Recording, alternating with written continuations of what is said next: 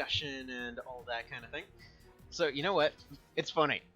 Both of these times that I plan to do one of these, like it seems to have landed right on. It's like right on the butt of some random AC announcement.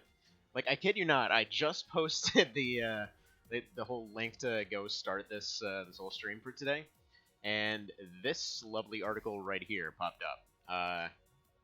Gonna have to go check who posted that. Let's see here. Looks like it was that was Nightmare that posted this.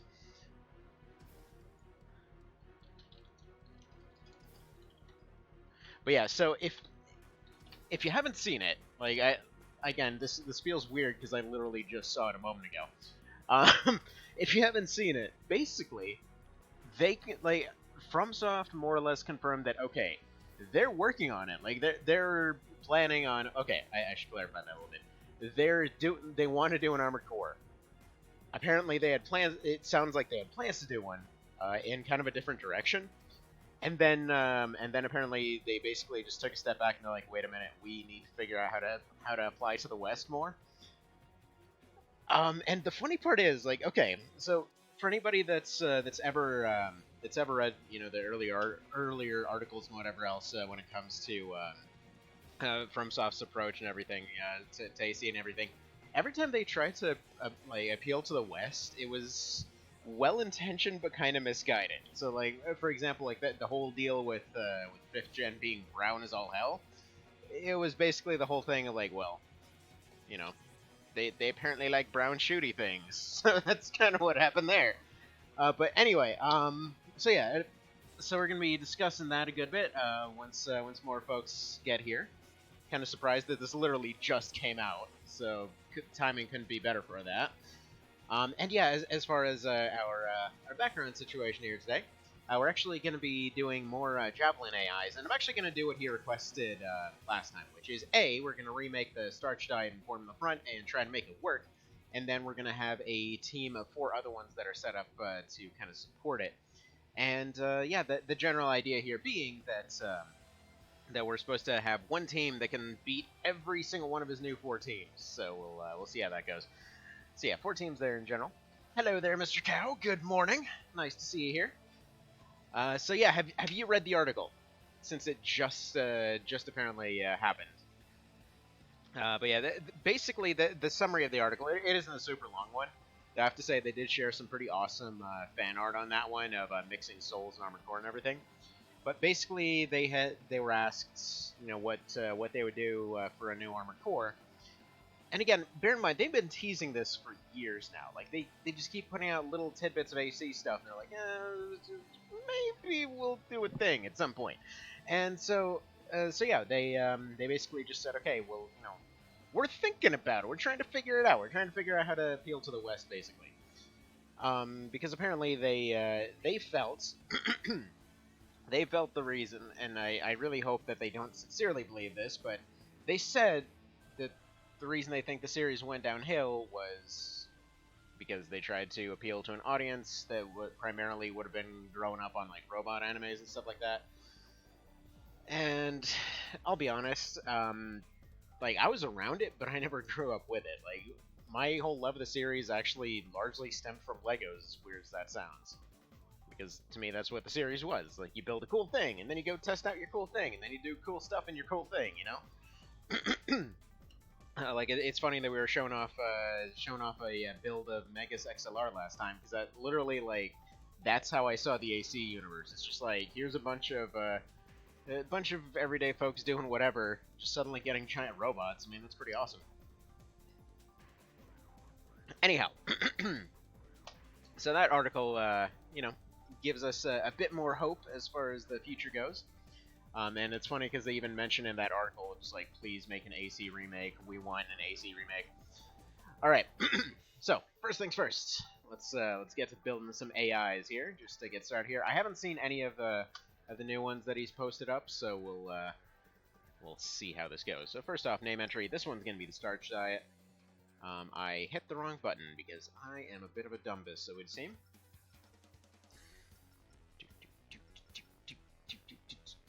But yeah, I personally, I hope they just go back to 3rd gen. Like, I mean, you had so many that did pretty okay for third gen. Just go back to it. It's like literally just directly third gen. Like forget even upscaling it or whatever else. Like literally just make more third gen, and I'd be okay with that.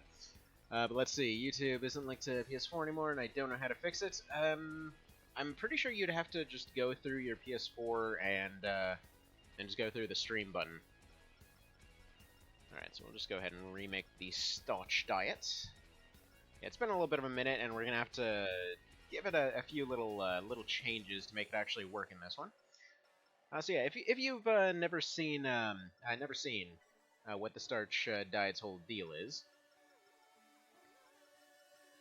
well, basically the Starch Diet is my old Rocket AC from all the Rocket only runs and all that kind of thing. But yeah, the general meme here, I guess, is with Javelin's AIs. He made a bunch of really difficult AIs to fight through in Silent Line, and so I went through with the Rocket AC and just did all of them Rocket only, which was easily one of the most fun challenges I can recall doing. Oh, apparently we got the weird music now. We're getting into the weird part of it. Alright, we'll just go for a sample color for the time being. I believe it was this one that it was originally based off of. Just so we have a brown color to base it off. So let's see, we got 70-30-0, some along them lines. This is definitely won't be exact as far as the color scheme goes. Alright, that'll be alright there, and then we'll keep the blue here on the optionals, and then we'll go for a bit more of the kind of slightly about to go off pinkish spuddy color right there. So there we go. That's more or less it. That'll do the job well enough anyway. All right, now let's go ahead and actually build this thing. I probably should have done that before actually starting. Would have been a bit better.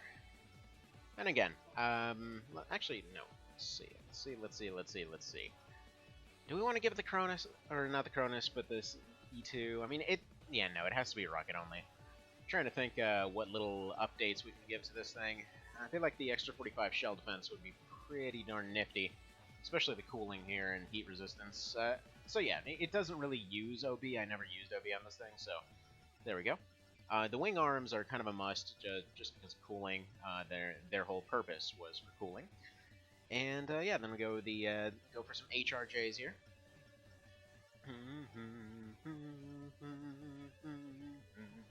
That's looking a bit more familiar. Alright, we'll go 32, or Birdie 2 rather. Give it a little bit less heat, because heat is always this thing's issue. Energy-wise, let's go for some lightweight here. Yeah, I think this will... yeah, I think the 97 will do the job alright. Moroccan's fine. This thing's going to need some decoys. There we go. See, also the beta for the new MHW expansion is available in AF if you have PS Plus and one not requiring PS Plus. Will be available next week. Oh. So there's basically free game coming, is what you're saying. Did you ever beat your tree deer thing, by the way? Whatever exactly that thing is.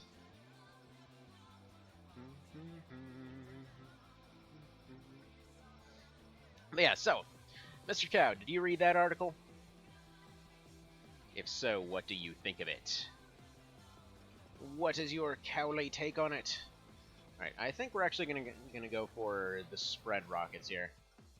Let's see, we got a 4-shot spread, or we got a 6-shot spread. I'm thinking probably 4-shot here, just for the sake of ammo efficiency. Not to mention they're a bit faster, so there we go. Just for the AI's sake, I feel like it'll probably be easier.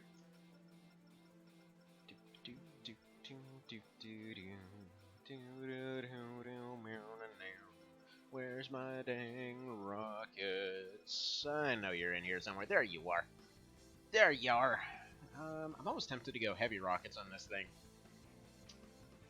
Just because, yeah, we're talking about a situation where he's going to have to hit hard and hit early. So heavy rockets would probably do the job a bit better here. I don't remember if lefty napalms are... yeah, they are.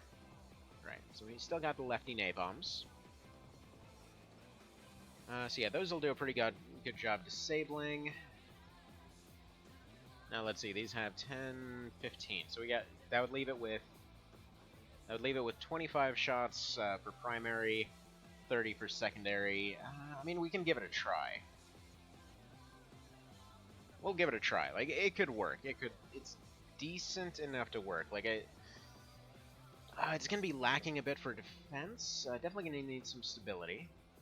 Condenser cap, don't need any of that. Lock-on cancellation, probably. Turning ability, there, yes, because it needs to be able to adjust. Missile display, yes. Improves cooling, yes. And versus ECM, definitely a yes there as well. What else do we want to do here?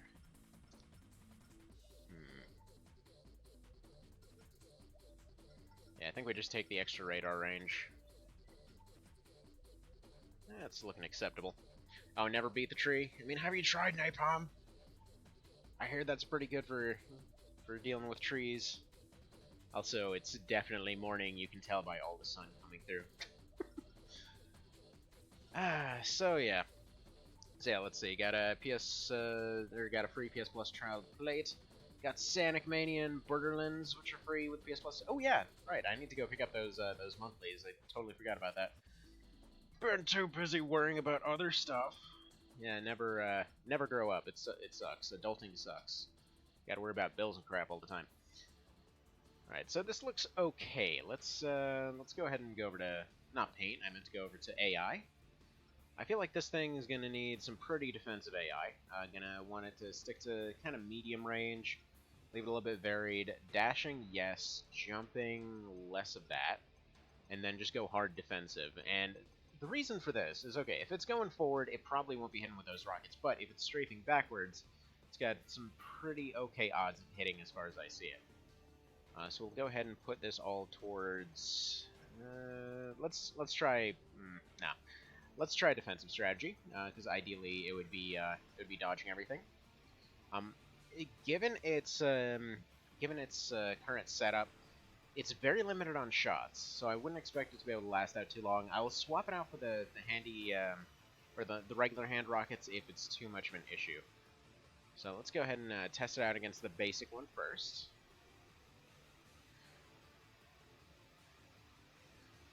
And then we'll give it a little bit of a try. But yeah, Mr. Cow never answered that question. Did you read the article? Are you excited? So let's see if I shift this over the other way, if maybe there will be less brightness coming through. Dang, that is super bright. That is hurting me in the eyeballs. There we go. That's looking better. Right, come on, starch diet. So yeah, the AI can't aim worth a crap with rockets, but I mean, they try.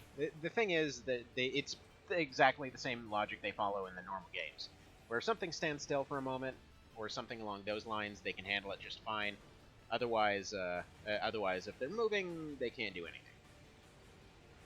Oh, there we go. It's doing pretty alright. Almost ran out of rockets, though. Hi there, Mr. Evan. There are cows wandering the streets here. Yeah, I know, it's bizarre. Dang bovines everywhere. Never read it? Okay, so here, folks, read this article right home. If it allows me to paste it. There we go. It's a very short article. Basically, the long and short of it is, they confirm that they're thinking about it. Like, they confirm that they're thinking about doing another Armored Core. So I was wrong in terms of whether they had started it, but here's the thing. They might actually have started some parts of it. What I mean by this, by the sounds of it, their worry was that if they released another one kind of following the same vein of previous games, that it would bomb in the West because, well, as we've seen before, generally speaking, the sales for the series haven't been too high, but it's also because they're kind of misreading what they're seeing there. They think that they need to appeal to a different cultural norm or whatever else, whereas the series during its golden age there, this is a different AC game than usual? Yes, this is Formula Front. Basically, this is what happened when they were messing around with the 3rd-gen engine and making it into portable, and then realized, wait a minute, we can't figure out a control scheme for portable. Oh, I have an idea. Let's go ahead and turn it into a kind of AI thing. So it's just like, it's a bunch of AIs fighting each other, and it's fantastic. But yeah, unfortunately, the single-player campaign is about... I mean, it has absolutely zero bearing on the actual meta for the game. Like, it's probably the farthest the series has ever been from like in terms of a disconnect between how people would actually play the game and how the game actually, presents itself. Because like if you go through the single player, they're like, oh man, look, you fight all these 1v1 fights, and it's that's all you really do here. And granted, that's what we're doing right now.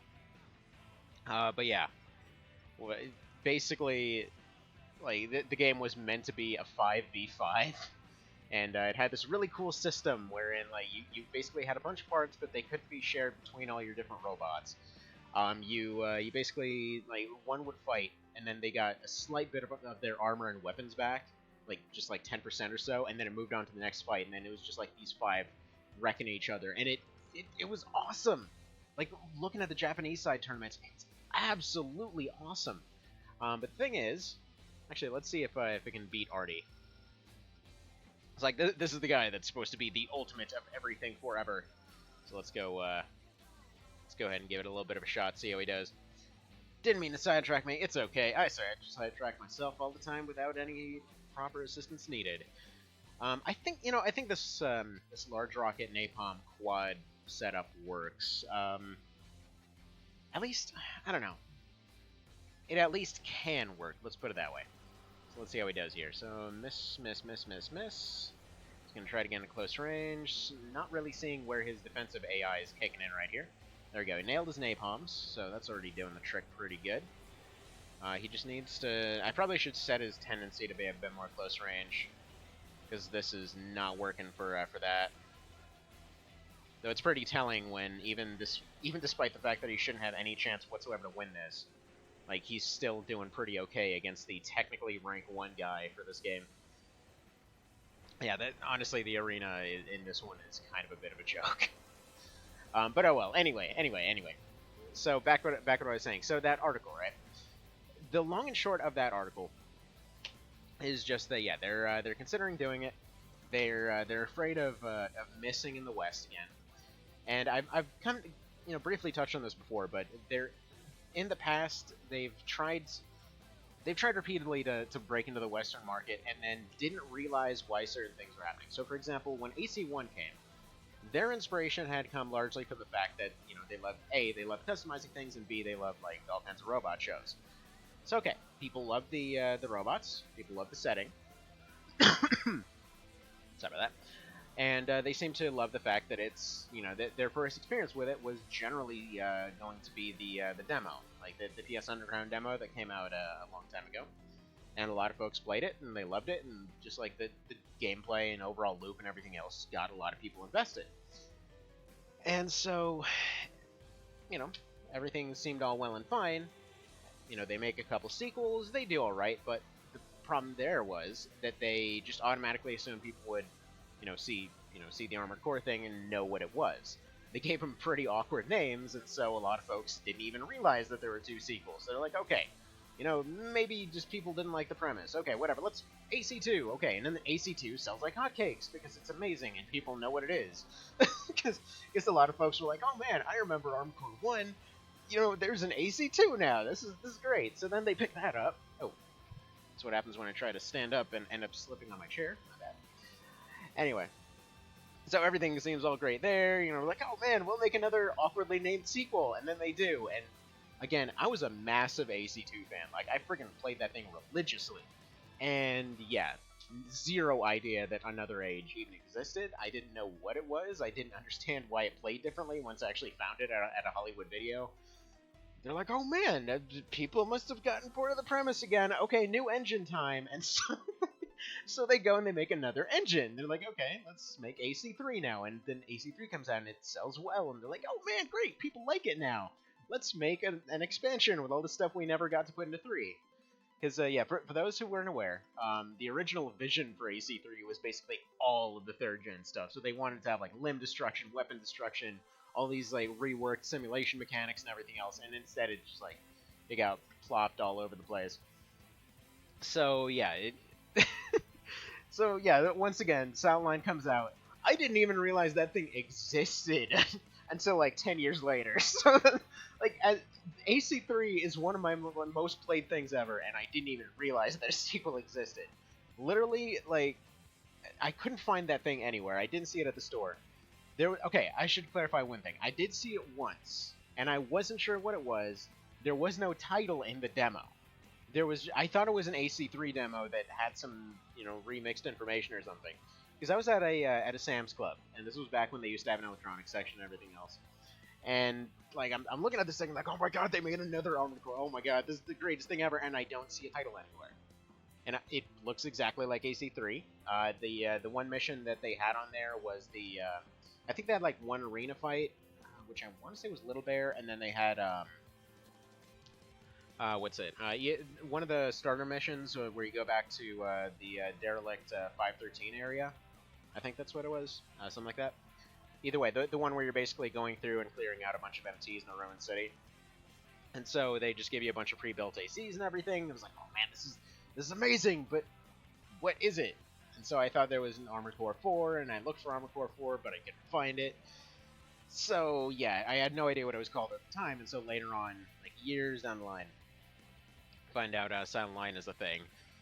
But okay, so had picked up Nexus because I thought, like, basically when I saw Nexus being advertised, I thought I had seen an early demo or something. I'm like, oh man, I must have been playing Nexus.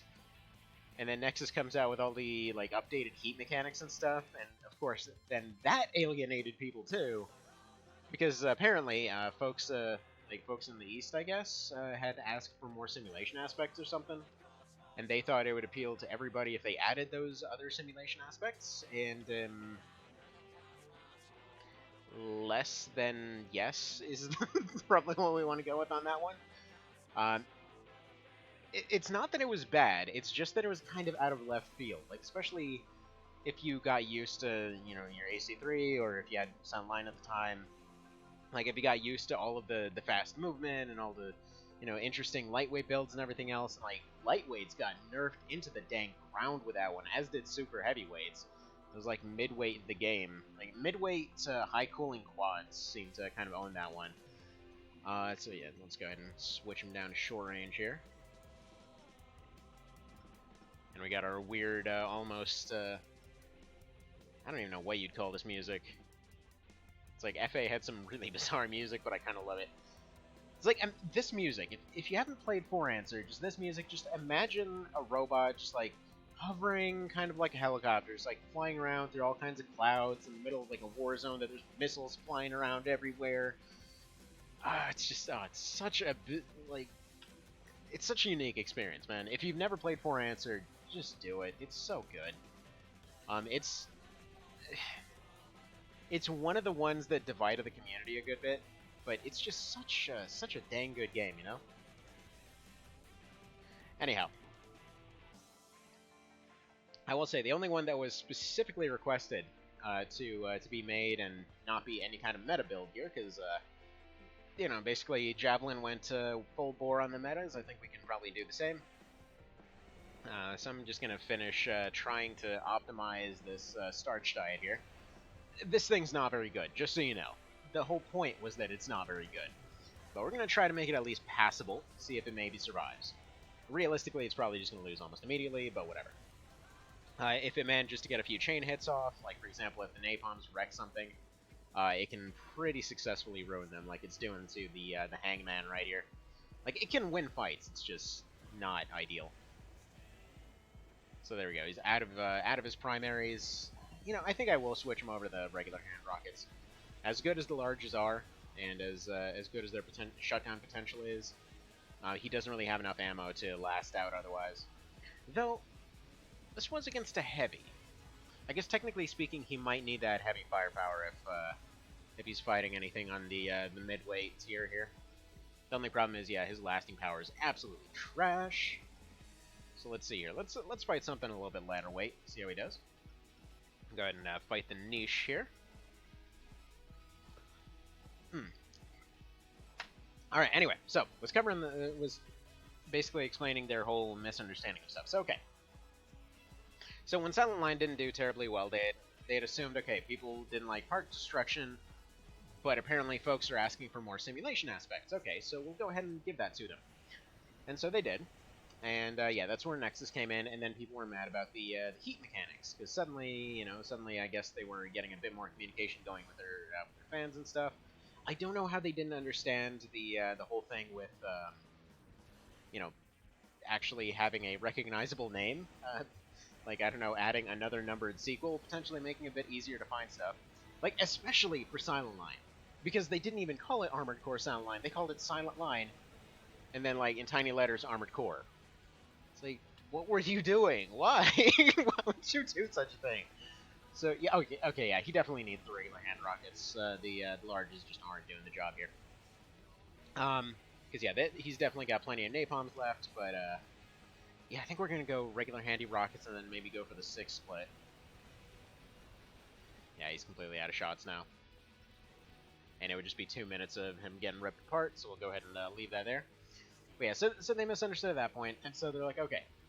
Apparently people didn't like that whole thing, so okay, people want to see more part destructions. Then they go to Last Raven, they're like, okay, we toned down the heat mechanics, we added part destruction, and, I guess at this point people wanted more branching storyline. They liked the whole branching storyline, so they went full bore into the branching storyline.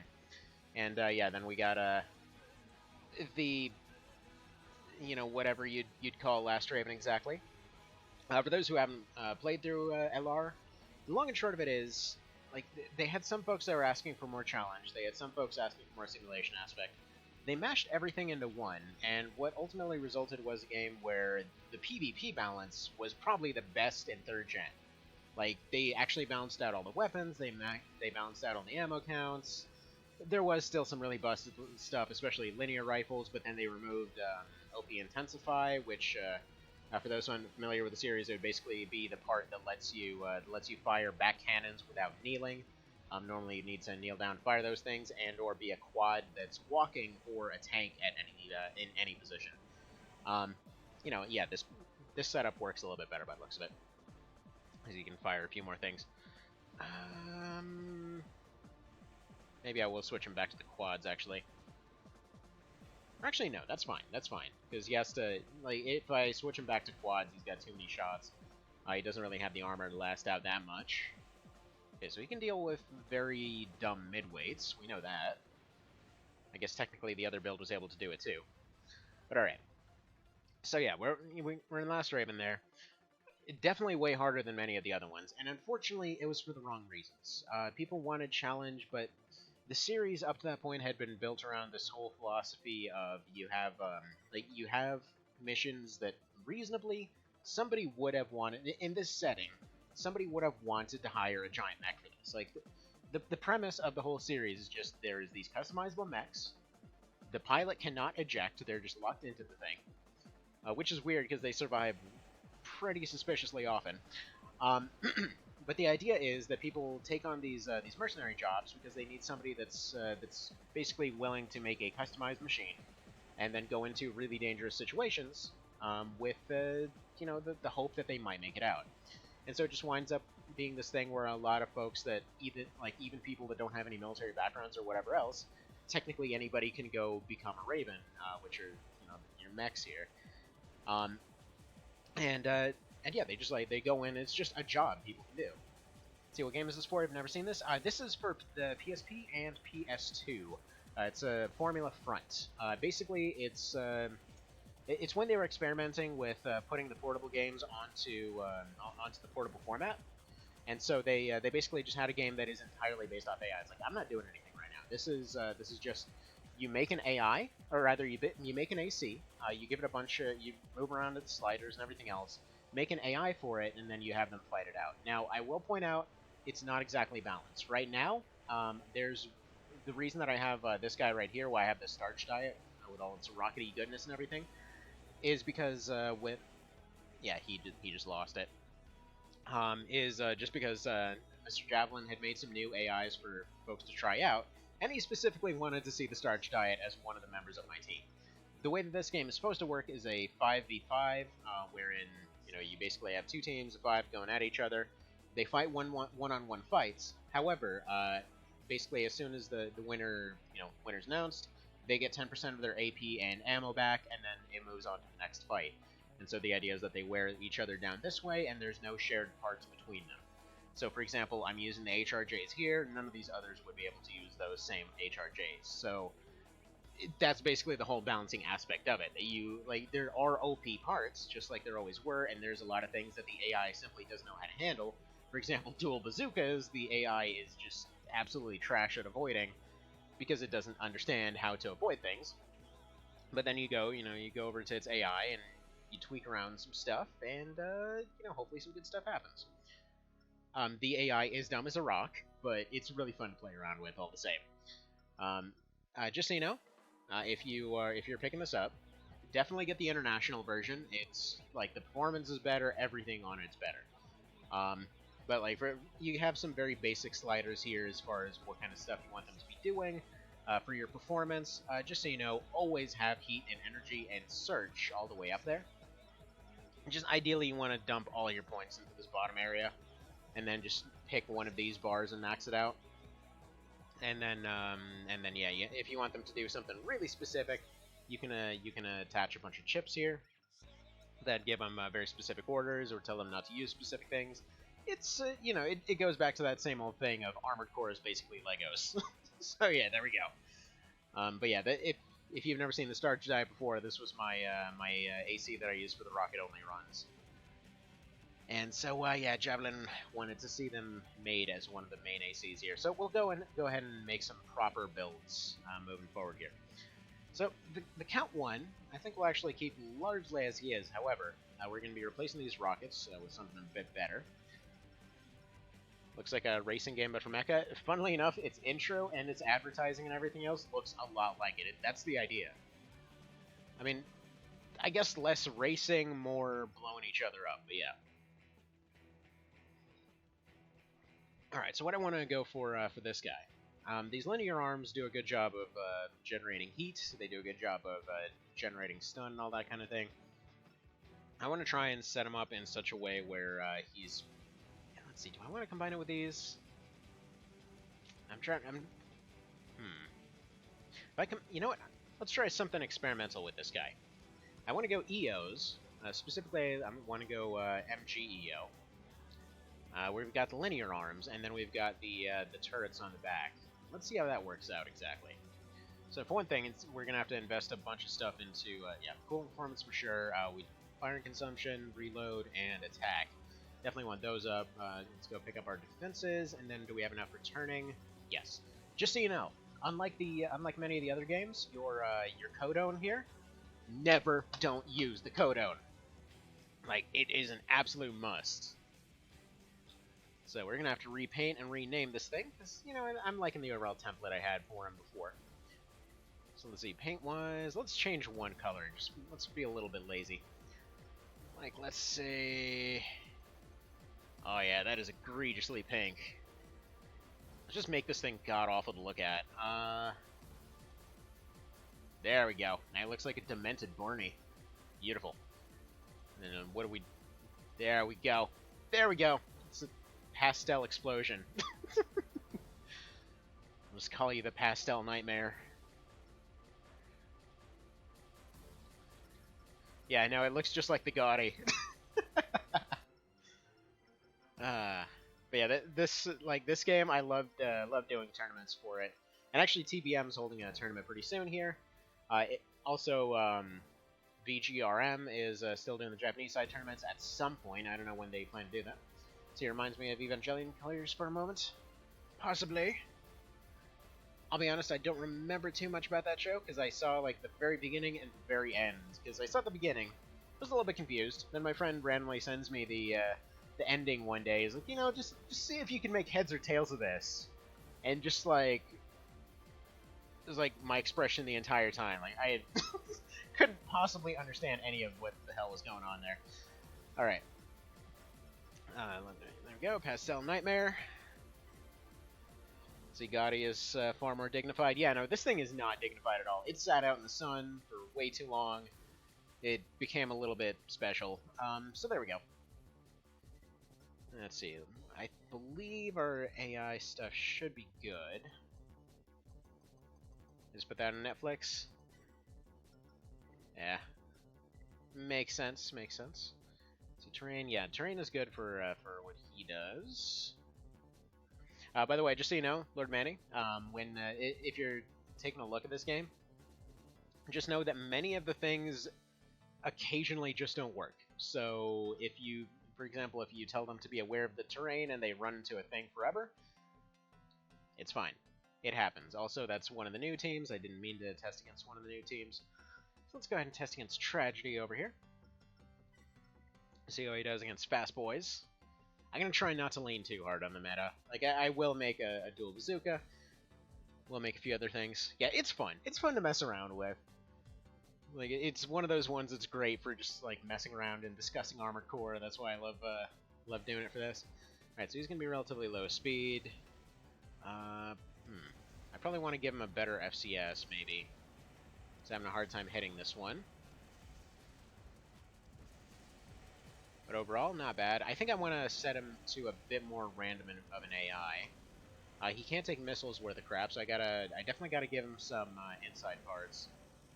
Alright, he definitely needs inside extensions. Or rather, inside... what am I saying?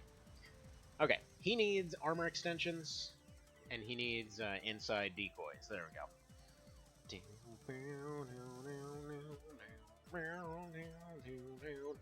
Man, I love the AC1 soundtrack.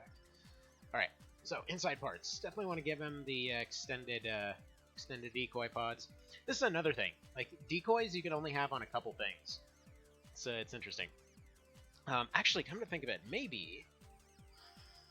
do I want to go for this? You know, actually no. Let's give him the Rory. Let's give him the Coral. We'll just turn him into a Bernie boy. Yeah. Because yeah, actually yeah, the linear should do a really good job of suppressing the radiator. Then we got the napalms for complete and utter shutdown. I know a lot of Javelin's AIs are really good at cooling. So yeah, and then he's gonna need a lot of energy to actually deal with all this. So let's go ahead and pop him up to the Ususama. Then he's gonna need some better cooling himself. So Ragora, sure, that'll work out. Let's see how he does. See how he do. But alright. Continuing on with what I was trying to say earlier. Before I got sidetracked a billion times. Okay, Wispod is pretty hard for anyone to fight against. Oh, crap, I accidentally set it as manual. Manual is bad. Never select manual. Yeah, if you don't know why manual is bad, it's like, you basically have no direct camera control. Or at least not any good camera control. So it's super awkward to actually play this way, and not to mention you actually have specific input lag, as weird as that sounds. So we're going to go ahead and quit that. Not to mention you actually miss out on a lot of the advantages that the AI gets. So for example, all those little sliders for energy and cooling, yeah, you don't get that if you play manual. Because those ones, they aren't just like, oh, you know, they're going to be better at managing those things. No. They just literally get better at they get better energy production, they get better at cooling and all that. But alright. So to kind of continue on there. So we were talking about Last Raven there, right? Now, Last Raven got considered to be, you know, some ultra hardcore sequel and whatever else. And okay, you know, it was definitely difficult, but the thing was, the reason that I was mentioning that the series up to that point had followed the philosophy of always, you know, making sure that the missions were something that you'd actually want an AC for, were because more than half the missions in that one had this unfortunate thing where, like, reasonably speaking, they could have handled it with MTs. So for anyone here who maybe didn't play the series much, ACs are these, the armored cores. The idea is that they are just a core, so, you know, that little midsection there, which everything else is built around. So basically, whatever type of machine it winds up being, it always starts with a core. So you don't remember that aircraft being there? Yeah, it's been here. But yeah, so like it always starts with a core. They build out from the core. MTs or muscle tracers. I'm not sure why the hell they're called that because they don't really trace muscles, but whatever. They're basically your little crabby robots, and they're usually built for specific tasks. And the thing was, there were so many missions in Last Raven. They were only difficult because, quite frankly, an AC had no business being there unless it was a very specific build. Stuff that comes to mind is, for example, okay, they kind of sort of made sense in the power plant because they needed something that would be able to take all of that punishment. How'd you miss it? It's always very easy to miss stuff, that's how. But like, okay, you know, it made sense because they needed something to take that punishment. Fair enough. That's been one of those missions that's always been in the game. I really wish that every single route didn't involve going through that stupid power plant, but whatever. You know, the missions where you're fighting gigantic monstrosities, okay, ACs are way bigger than most of the MTs. You know, it makes sense. They're very limited on resources. For those unfamiliar with the setting by that point, it's like all the different corporations have basically crashed into each other. They've gone through an entire apocalypse. Their resources are very limited, so you're like, from a story perspective, it makes sense that in a lot of cases, ACs are being used where MTs would normally have been used far more efficiently. Like one of the best examples that comes to mind is when it comes to all the sniping missions.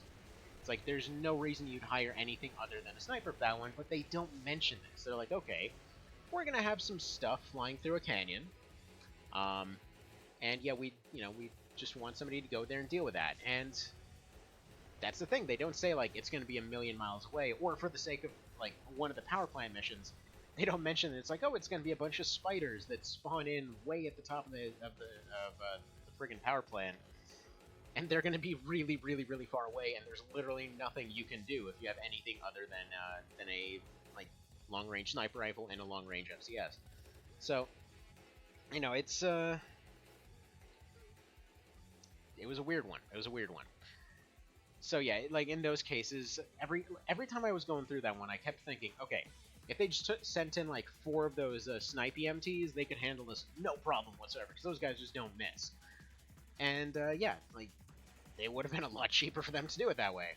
But presumably they don't have any by that point, and I don't know. As far as justifications go, that feels a little weak in my book, but you know that was the thing with LR. So many of the fights, it's just they were stuff that you would assume an MT would be used for, but they send an AC instead, and it's just it winds up kind of awkward. I think it's just you can kind of feel that it's not really something you'd probably be using for this. I think I'm gonna want to go for something different on this guy. Maybe missiles or something. Maybe the snipers can deploy in time. I mean, maybe. Personally, let's see. I think that was Mirage that... Not Mirage. What's it? Alliance... Which version of Alliance was it? I think it was the blue version of Alliance that nated that one. And I think... I think the in-universe explanation is most of the snipe EMTs are used by Vertex. So that... I mean, you still see them both use them, but they went out of their way to even include this little encyclopedia basically saying what versions each faction has, like what little modifications they made to them and that kind of thing. So it's not that they didn't explain it, it's not that it didn't fully make sense or anything, it's just it didn't feel very good from a lot of the missions just didn't feel good from a gameplay perspective, at least in my opinion.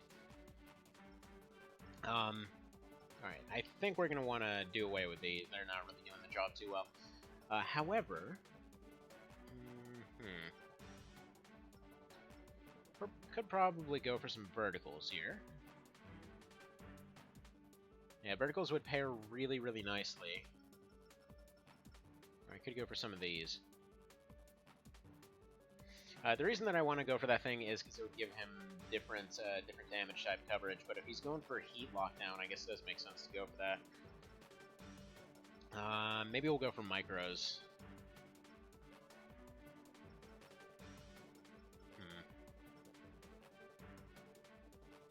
Yeah, I think we'll just go for the 7s. We'll go for the 7s, and then we'll go for radar, I think, and see how that works out.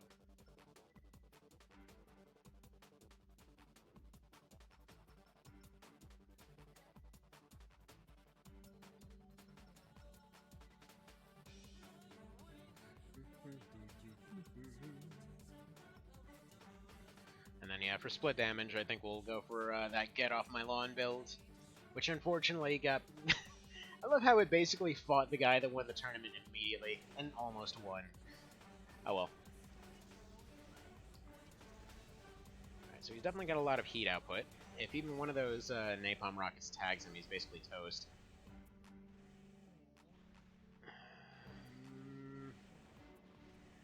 Yeah, it's definitely far from the meta, that's for sure.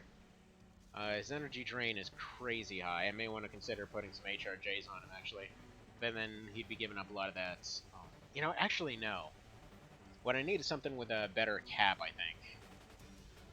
Yeah, I need better cap, less heat, type stuff. Hi there, Sigma Virus. How's it going?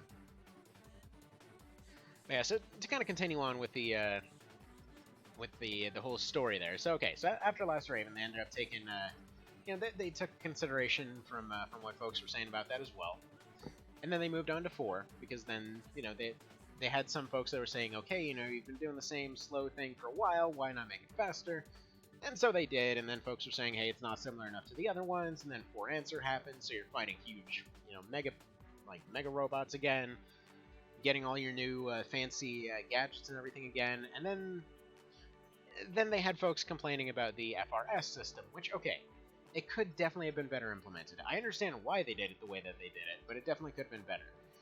Like, folks that didn't, let's see, just got a PC build that can use the stream to make videos, so hope to make more AC content. Well, that would be good. More AC is always good. You know what? That is a significant amount more defense, so we're going to go for that. We're going to go for slightly less output here. By slightly less, I mean a hell of a lot less. In fact, we're going to go for... Don't want to do that? No, then he won't be able to use his breweries very well. I need something that drains less. Yeah, let's go ahead and give him the Ananda. He still might not be very good as far as energy goes, but we'll give it a look. But okay, so, 4 Answer, right? So the thing, so yeah, with FA, a lot of folks didn't like the FRS system in that one. So if you, again, I know I'm saying this for every single one of them, but it's just, the series is so all over the place that I feel like it's worth mentioning these things. When it came to 4 Answer, well, actually 4 as well. Basically, every time that you beat a mission, and every time you beat it and got a better ranking, and then like beat the harder version of that mission, you got a better ranking, etc., you got more points. And these points basically carried over from single player to multiplayer. So if somebody went through and S-ranked the entire game and got all the parts and everything, they basically would have a distinct advantage over anybody else because you had a bunch of points. Then instead of tuning individual parts, it could be used to tune particular aspects just in their entirety. So for example, one popular thing was to go and max out all your shield stats to the point where you basically couldn't have your shield penetrated. And that was the only one where you actually had a constantly changing armor type situation, because your actual, like your shell defense, your energy defense, everything else, sure, that reduced damage, but to actually like fully have armor against something, you had your little bubble shield. And yeah, that thing was it was interesting. It was an interesting way to approach it. I feel like the mechanic definitely could have held a bit more weight. But yeah, unfortunately, there was just so much stuff that could be tweaked that people found abuses for basically everything. It's like, oh, you know, if you completely max out your the hardness of your shield, well, basically stuff can't penetrate.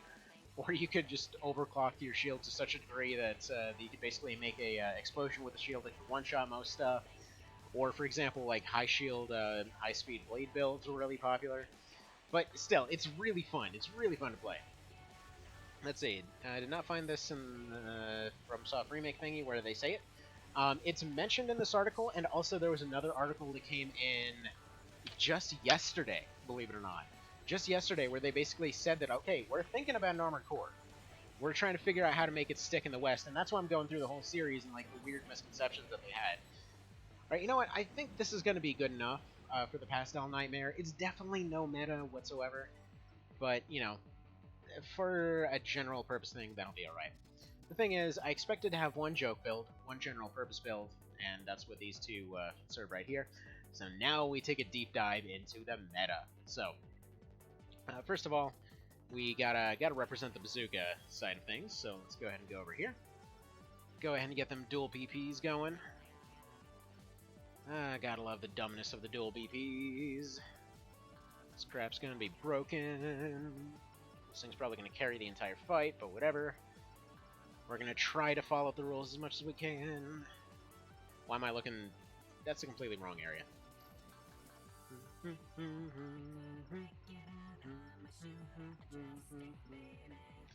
They are a drastic baby, apparently. FA's music is so weird, man. Alright, so we'll go ahead and go for the Cougars. Gotta love the hard edges there.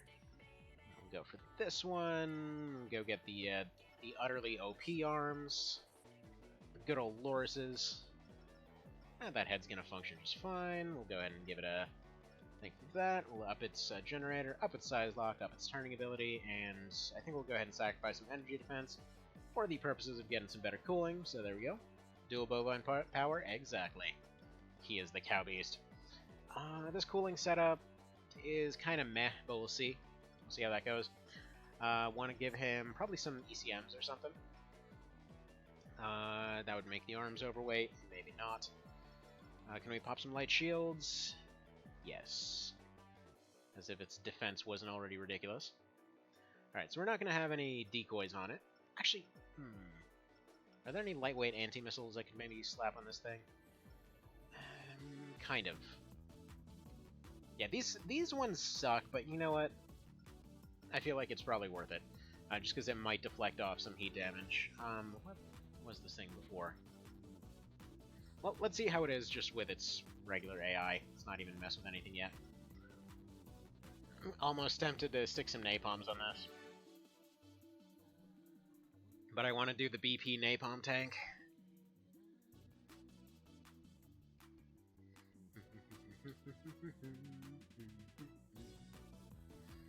Alright, so this is without even editing the AI at all. Basically, the thing with dual bazookas, if you aren't familiar with this game, is as soon as one shot hits, unless they run into terrain like they're doing right here, basically 3 more shots are immediately going to hit. Especially when it comes to the BP, it's got way too much ammo. I don't know who thought 40 shots for this thing was balanced. But yeah, no. This thing is jokes. That's kind of about it. We've got crazy amounts of AP, crazy amounts of everything, really. Alright, let's go ahead and have it fight something a bit more difficult, like the Rabbit's Foot, see how that does. The reason that I'm using this map over and over is just for convenience, really. There's definitely a lot more other ones. But yeah, so okay. So after 4 answer, you know, they generally got the answer of, oh, you know, this wasn't Armored Core. What is this generation? You know, we want everything to be down to earth again, and you know, so they basically took that feedback, and so you know, everybody was requesting that whole getting down to earth thing. So AC5 was very down to earth. You couldn't fly anymore. You could only hover and jump. And then Verdict Day was the same way. Then 5 comes out, and by this point they're starting to actually get feedback in real time. So then 5 comes out, and people are like, oh, you know, we want to see more bosses, we want to see more, you know, more stuff out of the single player campaign. You know, the single player campaign is kind of weird. We wanted to see more stuff out of multiplayer, and so I'm like, okay, you know, we have some ideas. Let's go slap them together, and then they make Verdict Day. But then they kind of miss the quiet little voice that was the majority of the 5 community at that point. Again, they always have the issue that they go and they listen to the loud minority over and over, and it's kind of gotten to the point where they've switched gears so many times that the community is just all over the dang place. And so yeah, they had problems. We're gonna go ahead and say. So okay, they basically alienated the multiplayer community in a pretty large way for a good while anyway, because they didn't like the maps in Verdict Day. They loved the ones in 5. For those that never played those two, basically 5 had a lot more cover, had a lot more like generally arena-style maps. It basically Verdict Day tried to go for more kind of realistic, apocalyptic kind of settings, but unfortunately this also led to a lot of open areas, which that game's mechanics don't function for open areas. They try to go for a lot of city maps with water on them, and again, the game doesn't work so well with water, because again, you can only hover and jump. You know what, this guy is basically Rocky. We're just going to go ahead and call this thing the Balboa. He's just sitting there taking hits, but dishing out far more damage than anyone can really deal with. So we'll go ahead and rename you the Balboa.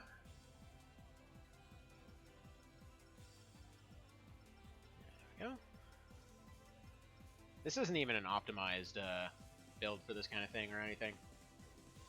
Like, this is just as basic as it gets for bazookas. Oh, it's that one song where somebody sounds like they're dying in a shower. Okay. See, a friend of mine still plays Verdict Day, and he likes it. Plays multiplayer live in the Steam game 4th worldwide. Yeah, I can like, Verdict Day is awesome, don't get me wrong. It's a really fun game. Personally, I don't play it anymore. A, because I don't have a PS3 anymore, and B, because like okay, I should clarify. Um, while the multiplayer was fun, there were a lot of AI abuses out there that you could essentially make like insta sniping AI tanks that would just snipe stuff from all the way across the map. Want to see Overlord fight Jav teams? Okay, well, let's go ahead and make the Overlord then. See if I can remember how to slap this thing together. But yeah, what was I saying here? So yeah, Verdict 8, really, really fun game. I'm just saying that in terms of comparing with the rest of the series, the fact that you couldn't fly did bum out a few people. Anywho, I think it was this one.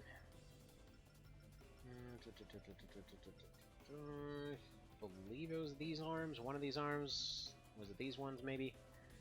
I don't remember for sure. We'll slap something vaguely similar to the Overlord. We'll call him the Underlord.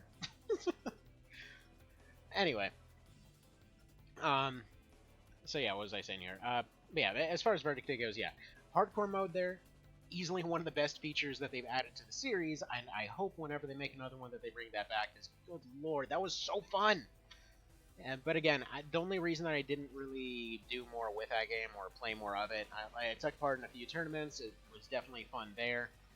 Back when there was the ACD1, before it got really, really heavy on the memes, like ACD1 was very, was a nice community for 5th gen. When it got, and this sounds bizarre to say, but when it got sniped by furry porn, and deleted, ACD2 just kind of became a very cynical place largely for memes, frankly. It's not that it's bad, it's just not my cup of tea. Anyways, so yeah, Verdict Day, really solid game. Would have been nice to see more flying stuff. Would have been nice to see the maps from AC5, but it is what it is. So they kind of jumped the gun on that one because instead of releasing it as additional content, which is basically what it was, they went that different route, and I'd say it didn't really work out as they probably would have hoped. Let's see, you have your tube video probably has Overlord stats, yeah, but that would take a really long time to put together. I'm gonna put the vague recollection of it together. It's okay, I can somewhat figure it out, I think.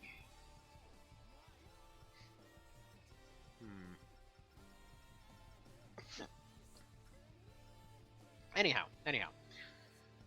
So yeah, the one thing about just 5th gen in general that I didn't like in any capacity, though, was the visuals. Just because it went from being a very visually distinctive series, they went for very specific type stuff pretty much throughout all of it, just so you always know what you're fighting. It's like, as soon as you see somebody, it's like, oh, yep, I know what that guy's got on him, I can tell what it is at a glance, it's good and understandable, it's all well and good here. Yeah, unfortunately it went from that to kind of just having very little idea of what anything is, because everything just looks all blocky and smushed together, aside from the chemical parts, but even then, it was very difficult to see what somebody was, so they added the scanning feature, so you could see like a whole breakdown of what everybody was. But then you had the armor split feature, which was cool, but it could have been implemented better. It was kind of just awkward. I mean, I will say, it's not necessarily new. There were always 3 damage types, starting with AC2. Because you basically had, well, I guess in AC1 there were arguably 3 as well, because you basically had stun, which, I mean, if something got stunned enough, it was just dead anyway. Starting with AC2, they introduced Heat as a 3rd damage type, and then they just kind of went farther into that, until finally, like right here, late 3rd gen, Heat is a perfectly viable damage type entirely on its own, but still. Let's see, now, Mr. Cow, I forget if it had shields or if it had micros on the sides. I want to say it had micros, but I'm not sure.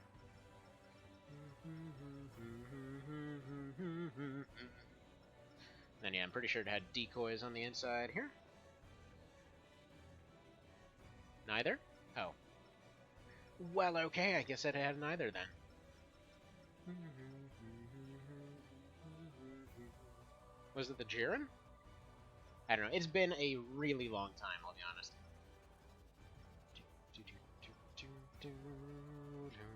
Yeah, I think it was actually these arms. Alright, how overweight are we right now? Significantly.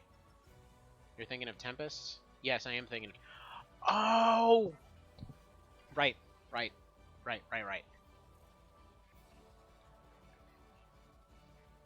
You are absolutely right. I'm thinking of Tempest. Okay. Yeah, Overlord is the close range one, and in fact, I have that one saved. So we'll, you know what? We'll do that later. We'll do that later. Cause yeah, I do have it saved. Over Tempest. He is the Overgust. All right. In that case, instead, yeah, we're gonna remake the Get Off My Lawn. So this was one of my favorites. And again, I was a little bit bummed out that this didn't actually end up succeeding anywhere in the tournament, because there was a tournament that TBM was hosting a while ago. And yeah, this thing was just basically a super aggressive shotgun spammer. Okay, let's see here. We're gonna need a bit more firepower on it, though.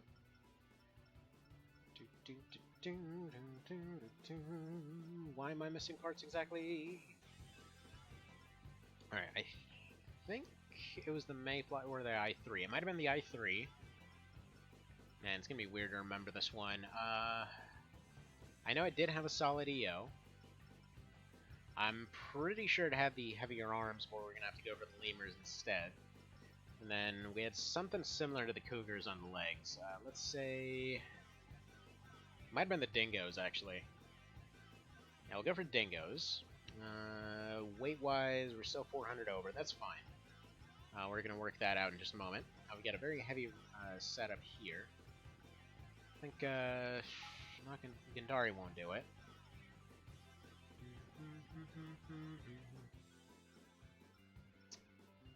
Yeah, I think the G84 will do the job there. Decoys. This one doesn't have to worry about decoys, but it does want some napalm, so we'll give it napalm. It's not going to want those. It's still overweight by a few pounds here. What am I forgetting? Definitely those. Stability, no. Energy cap, yes. Sight lock, yes. Turning, yes. And then cooling. And then this one needs to be fast as hell, so we're going to make that happen. Basically, this one needs to be fast, it needs to have good armor, and needs to still be able to support that shotgun. And unfortunately, I just screwed that up. Actually, I think we're going to have to sacrifice energy cap for energy damage. Increase attack and increase reload. So this should be alright. Let's see.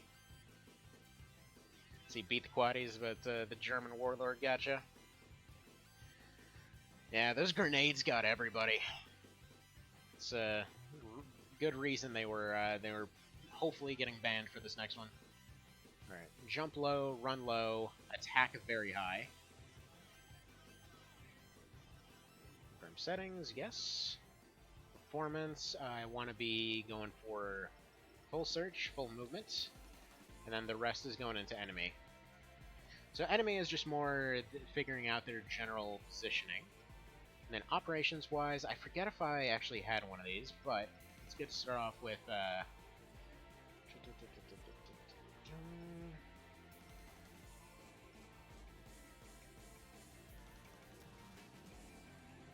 I don't want to go for that because he'll just burn himself out. Alright. I3 almost looks like a camera. Dang straight it does. Alright, so this is just a reimagining of the Get Off My Lawn. Absolutely love this build because I actually made a functional dual shotty build.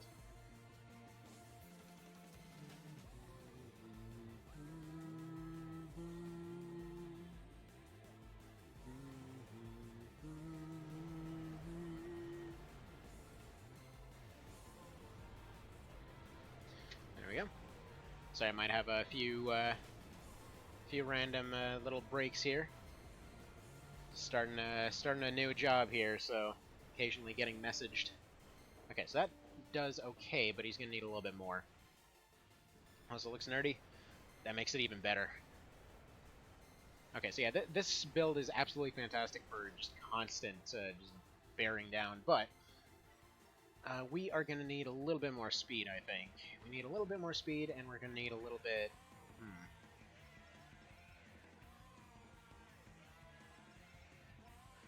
Let's see, can we sacrifice a little bit of armor here for a bit of weight? Because, yeah, we're getting like 400 off this. Sacrificing about 200... Oof. That is a lot of defense down, though. Might go for the Gibbons here. That might actually do a little bit of a better job for us. We go the Gibbons, and then we go for the armor plates. Might do the job better. And then, are we missing tuning anywhere? Yes, actually. We're missing some tuning.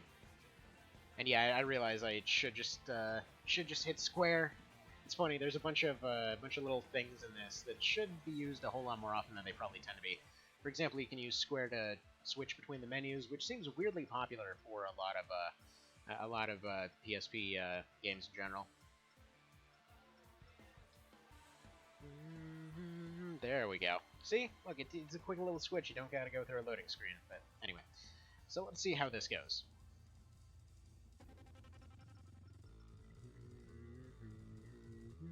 Let's see on Twitter. There's some kind of bots that roleplay like controller. There's unmanned ACs. They all followed me at once. What? Weird. Okay.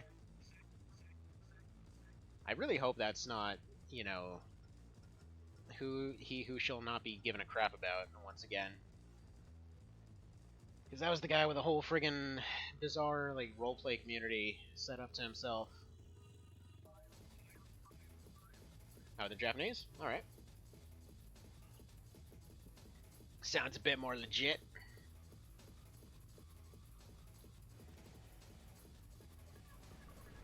Alright, there we go. Come on, getting close, getting close. You know you want to. Bam, bam, bam, bam, bam. Oh, it's so good. I love that DPS. Like, the whole point of this one is that he's supposed to be able to survive that initial charge, and then just, like, completely wreck with DPS. It's supposed to be enough to overwhelm almost any kind of radiator or whatever else. The controller's controlling you, apparently? Well, that's what you get when you work for Crest. I mean, you're just trying to go and get your health benefits, but they're like, no, now you get an implant in your head, and now you're a robot. Congratulations. That sure was worth the saving like $48.99 per month. Alright, let's have him fight the Zine. The Zine did really well in the 200 AC tournament, so let's see how he holds up.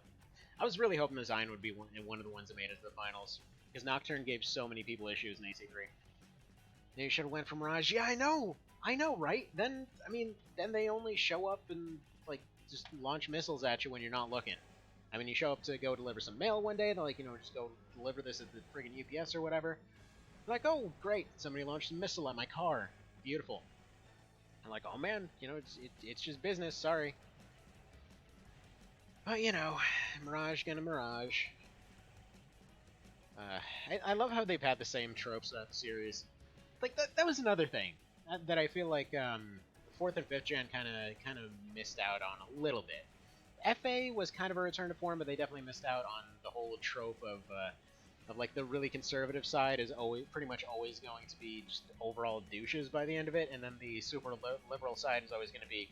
And again, I know I'm using these terms loosely. I just mean like the shell ones with the cheap ammunition and everything else are always going to be the ones that wind up doing something really stupid and hard-headed by the end of it, and then usually the ones that are all fancy with all the fancy tech are going to stab you in the back.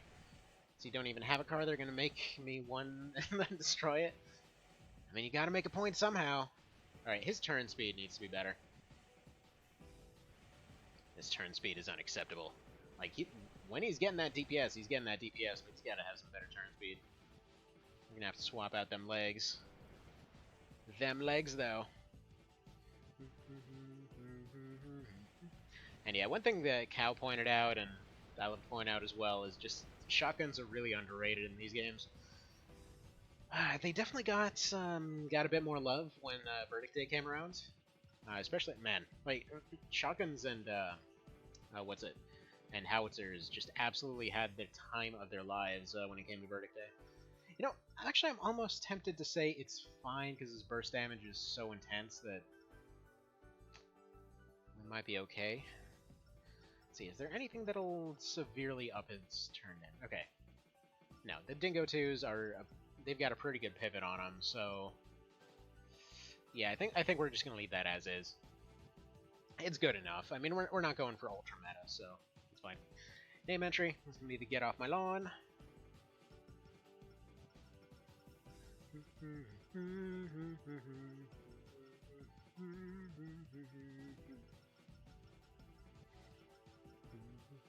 Oh. Thought the kiddos were waking up for a second. Turns out that's not the case. That was the neighbors. Yeah, I miss having a car. Oops, didn't need to make a space earlier. But such is life. Any dang ways, though. So, moving on as far as what they were discussing for making another Armored Core for the future here. So, the article in general was basically saying, we're definitely making one. We're just looking for a way to appeal to the Western audience, and I hope that they finally actually listen to the Western audience this time instead of just assuming stuff. But realistically, maybe that's a bit unlikely of a hope, but maybe just maybe. I don't know if anybody knows of a way to reach out for them that isn't, well, the Facebook page. As quite frankly, the Facebook page doesn't really, I don't know, doesn't really seem to do very much as far as actually doing anything for the series aside from posting fan art for the most part, at least as far as I've seen. Has anyone else's experience been any different on that? Yeah, we'll just go for those Apple Boy colors. Alter them slightly. Give him this nice, disgusting green right here. Oh yeah, now he's looking Christmassy. Looking real Christmassy. Alright, so that'll do right there. And then, of course, we gotta go for the, we gotta go for the horrible one. Gotta go for the one that'll make Voctor proud here. So we're gonna go for the Hornet, just because this is gonna be a nice little Hornet build. We'll go ahead and go for the Selena. Go ahead and go for, let's say, the A80s. They're not very good, but whatever, we'll make it work. We'll go for, yeah, LHFs might do the job decently. Go for the Gulls. I'll go for probably the Kuko. Let's say Gandari, maybe. Do I want this one? Yeah, this one's gonna be close in, so we're probably gonna want him to have some pretty good cooling. Now we're gonna want ECMs on this one. What's the lightest weight ECM here? Yeah, Siamana. Yeah, that'll do the job. Let's get turn boosters on this one. No back units, and then we're just gonna. Right, this one doesn't have hangers. All right, we're gonna need a nice, big, beefy, high ammo pistol here. So let's go ahead and give it. Do I want to give it the H? Yeah, I think we'll give it the H2. Or no, the H3. What am I saying?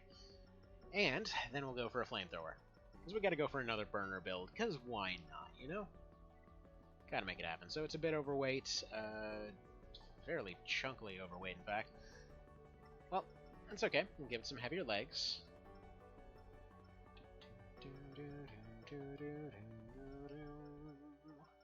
Love how the Cougar 2s have impossibly high carry capacity. Alright, we need 400 weight off this thing. We'll probably make those arms a little bit lighter weight.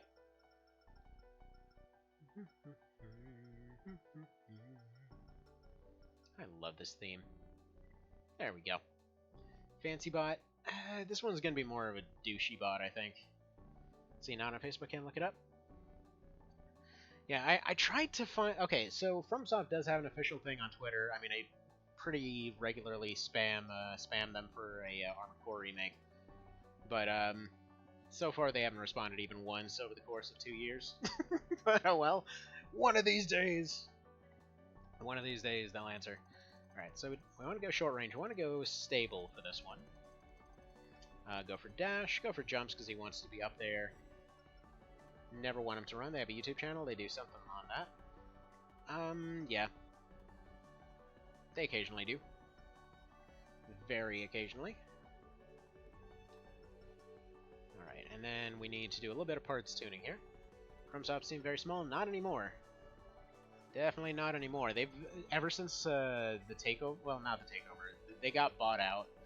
For those unfamiliar with kind of how that whole thing works, like apparently overseas, if a corporation comes up and they're like, we're gonna buy you now, that means they're gonna own you. There's no like, oh, we'll think about it. It's just like, okay, how exactly would you like me to bend over? Not when. But anyhow.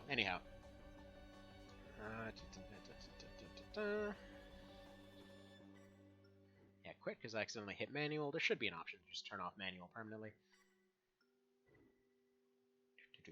Yeah, high amounts of AP, even if its defense isn't terribly high. But yeah, they're not the biggest thing, but still, they're a pretty decent sized studio these days. Yeah, ever since Souls, I think they've got 2 or 3 rotating teams. But even before that, I think they had 2 teams. Alright. I really should be testing them on a different map. So the pistol's going to be good for just kind of general lockdown. The Selena's going to be good for getting energy damage out there. He definitely needs more energy production. Although, yeah, this does... Wow, that's pretty solid right there. Because, yeah, pistol will stun lighter weight things. He can basically circle around other things. Of course, the FO1 is hardly even anything to test against here. So first of all, we're going to need to do something with this energy situation. So output, let's see.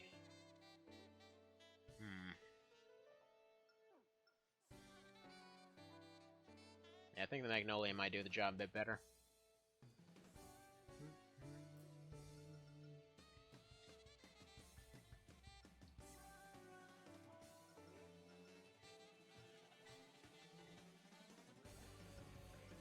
Alright, that's not actually the color I wanted to go for.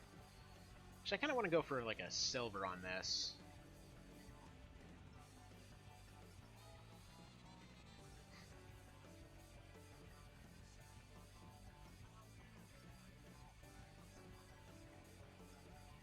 Like what's coming to mind specifically, looking at this build, is one of the pistols from New Vegas, the light and shining darkness and all that kind of thing.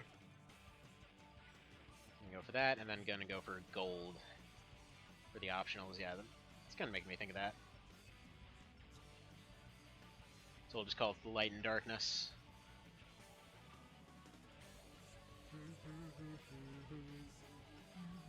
Or just the light darkness, because that... Light dark. The light dork, there we go. Actually, speaking of dorky, man, I thought FF14 had some pretty hard to look at stuff before, but now they got Spider-Man like pretending to do a training montage so that he can play his MMO better. It's pretty hard to look at. And they keep spamming that commercial all the time. Gotta assume they paid him a pretty penny for that, but dang. Alright, let's see. Okay, so he's gonna take those first few hits, no trouble. Yeah, he can keep up with the lightweight, so that's good. Can he get into close range, though? His energy situation is better. Those turn boosters... it might be worth replacing those turn boosters, but... yeah, it seems like he can stay on target without needing them at all.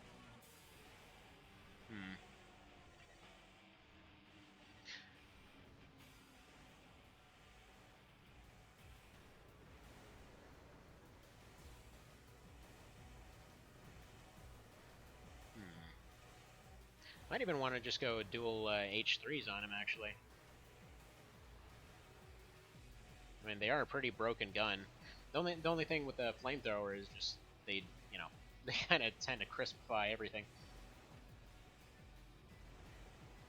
Although then again, dual pistols tend to do that job pretty well too.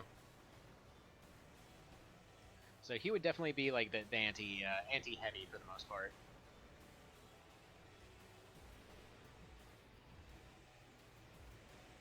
Yeah, the flamethrower's already out. Let's experiment with dual pistols and see how we do there.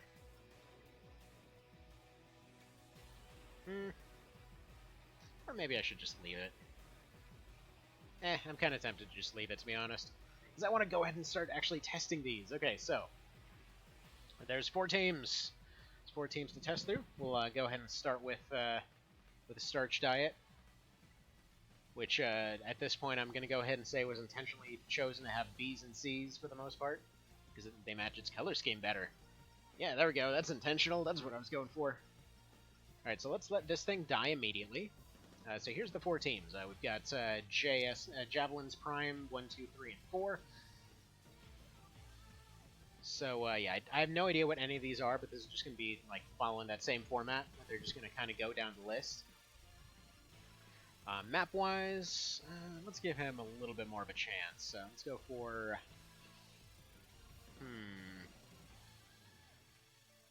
Weirdly enough, super enclosed areas won't even benefit him that much. This one might. And I can't see what any of these are. He's left that completely open to the imagination. So, you know, imagination basically tells me that these are all going to be super meta bazooka builds, but we'll see. We'll see. Alright, looks like... Okay, we got grenade and light weapons, weirdly enough. But yeah, grenade meta is pretty strong, too. I probably should have gone for some of those. Alright, so yeah, the starch die can definitely take the hit from the portal launcher. This thing seems to be able to dodge super well. Unfortunately, the one clean shot that he had, he completely whiffed. So he's probably just going to run out of shots before anything even happens here. There we go, he finally nailed him. Ooh, okay, there we go. Now we're getting some hits in. Now we're doing it. Come on, you can do it. You can do it, Starch Diet. I believe in you. I believe in you! There we go. Okay, he's currently in the lead. Still 2 minutes left in the fight, though. Come on. Man, what is this music? It's like a unreleased mix of Verdict Day and For Answer by the sounds of it. And now it's suddenly switched over to Nexus. Okay, okay, we appear to be in awkward dancing territory. He's still burned through most of his shots here.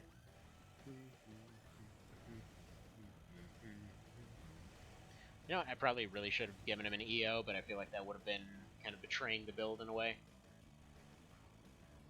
I mean, he might do it. He doesn't have enough shots to win it anymore, especially with how he's just spam firing them, but he might potentially nail him one more time and then just hide. Yeah, there we go. Some nice solid hits there. Is that the frequency mix of 3 hours? Yeah. So, by the way, if there's any kind of more musically inclined folks, I'll probably do this myself if needed, but it really would be nice to have a some kind of mix out there for AC, like especially for like 3rd gen and all that. Just kind of having the entire soundtrack in one thing instead of anything. You know what? Screw it. I'm just gonna make it. I'm just gonna make the dang thing. Because there's 3 things in particular I always wanted. That one, I wanted to call the artificial mix, which was just all of the artificial themes, like artificial line, artificial everything, silent line, artificial sky, and all that. Just every version of all of those put together into one compilation. So that was one of them. Another one was I wanted to just put all of AC3, all of Silent Line, etc. into their own little soundtrack dealies. And then also wanted to put all of Nexus. And the thing is, playlists for that exist. The problem is, every one of those playlists then has to load over and over and over, and unfortunately YouTube just randomly decides, like, I'm just not going to play stuff. Or, you know, I'm just going to randomly throw in ads, even though this thing technically shouldn't be monetized. So, the way I'm going to count this tournament, or not really tournament, but the way that I'm going to count this fight, is if they're annihilated, if the thing's actually destroyed, then it sticks. Right now, in that case, so basically the same rules that we were following for the 200 tournament. So yeah, that one doesn't stick. That's a tie. Because neither AC got destroyed, time ran out. There we go, there's that nice Verdict Day music. That garage music. I like it. So we're gonna have that fight again. I'll go ahead and put somebody else against it, like the Pastel Nightmare. And we'll go ahead and let's have them fight in the mountains, sure.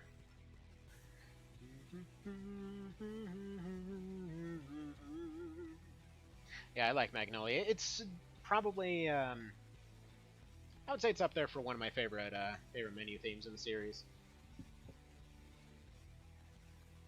Like I'd say by far the favorite, and I'm pretty sure everyone's favorite is the good old AC1. It's like especially the Nexus remix of it. It's like the old dun dun dun dun dun. Dun, dun, dun, dun. I mean, just like it's just classic. Everybody's gotta love it. And then AC3 for sure. Just like everything about that. Then probably AC2. I really liked Before Answer one. Hell, I don't think there's any menu theme I didn't like aside from maybe Ninebreaker. So there we go. That's one win. Let's move on to the second one here.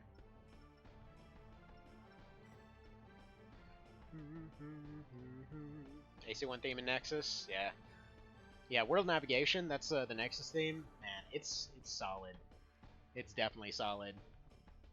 There's actually like I think like an hour-long mix on YouTube somewhere of just friggin' World Navigation on repeat. And what's funny is I love that theme. It's definitely one of the stronger ones in the series, but man. Okay, yeah, true. Last Raven, okay. The default Last Raven one sucks, but the end game menu theme, that mess is pretty good. It's like there's very few things in Last Raven that are good music-wise, but man, like that theme, and then there's like 3 of the mission themes that are properly on point. Yeah, my mind just completely scrubbed out the fact that that starting menu theme, that starting menu theme in Last Raven hurts. Because yeah, if you didn't know, it's the only game in the series that did that kind of did the whole XCOM thing where your menu theme changes once you get into endgame. Oh man, Starch Diet is wrecking. He's wrecking real good. Right, he just needs to nail him one more time, possibly 2, depending on how his shell armor is. Come on, nail the speedy boy. Got 12 shots left. 2 times more than enough to kill anything that moves. Oh man, he's burning through all of his shots. Let's see, that shot's a 120, I believe. Or that rifle's a 120, I think. Come on, hit him! Dude, what are you doing? Ah, that's just tragic right there. Starch totally should have had that. Alright, whatever. Starch is out. Let's put this against the Pastel Nightmare. Have it end this stupid thing. See, AC3 made me bored. Not saying it's bad, but not really the type of thing to listen to over and over. Okay, so that's the funny thing. For me personally, the AC3 and Silent Line and Nexus, right? Nexus has an awesome theme, but both first times I was playing through Nexus were in ridiculously crappy parts of my life there. So that theme is just like permanently tied to, oh man, it's, there's rats all around the house and friggin' nothing makes sense, etc. Oh hey, it's the Happy Drug Dealer song. He wants to talk about speed for you. God, this song's so weird. But then on the flip side, like AC3, that theme, man, that was around during some of the best times, and despite being a very depressing sounding theme, it's just such a good theme. Such a dang good theme. So I'm considering replacing one of these emotes here. It's probably going to be the Archer, but I want to replace it with a Dio head. These are the 3 that I have right now. Which is funny because the Archer is the only one that was specifically requested. But the Skulltopus definitely remains. Actually, no, I don't know. Hugo's been kind of a favorite in-joke for a while. Oh wow, this guy resists heat like nobody's business. Actually, very similar builds, in fact. Or similar ideas of builds. They're both going MG's build, or rather, MG's, linears, and missiles. See, Border's trying to make Archer emote transparent. Yep, there we go. Pastel Nightmare wins another one. So let's go ahead and move on to AC4 then. Let's go ahead and carve right through these guys.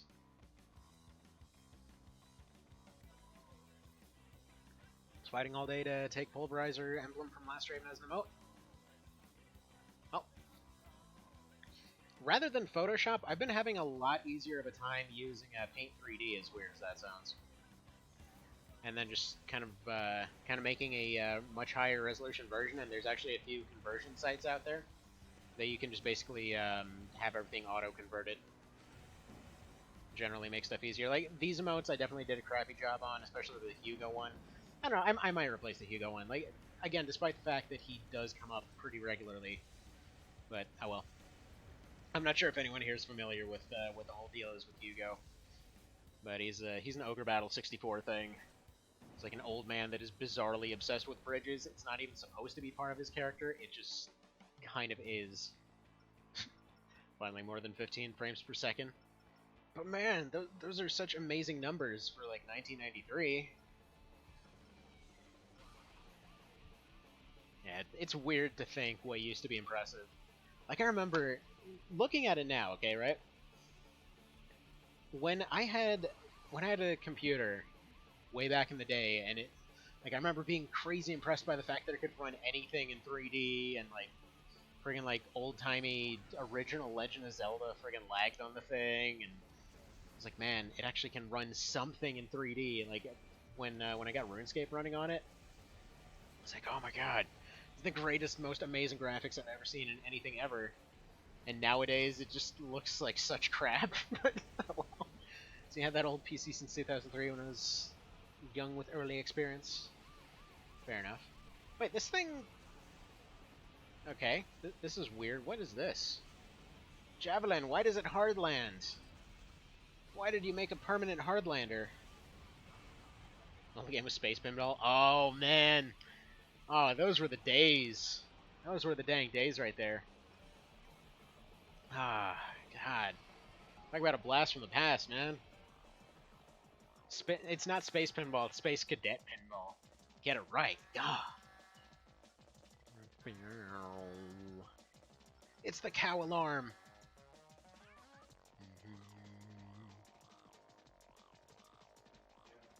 Minesweeper's the hardest thing ever before I Want to Be the Guy became a thing. By the way, this theme, the random noises in the background, do you think it was just somebody walking by in the hallway and they just never wanted to bother to fix it? Or do you think there was actually intent for that to be there? Man, no, the hardest game that I remember back in the day is the original BattleTech. Like, man, did anybody here play Crescent Hawk's Inception? Because, like, this was an old DOS game. It's like, if you played current day BattleTech, similar idea.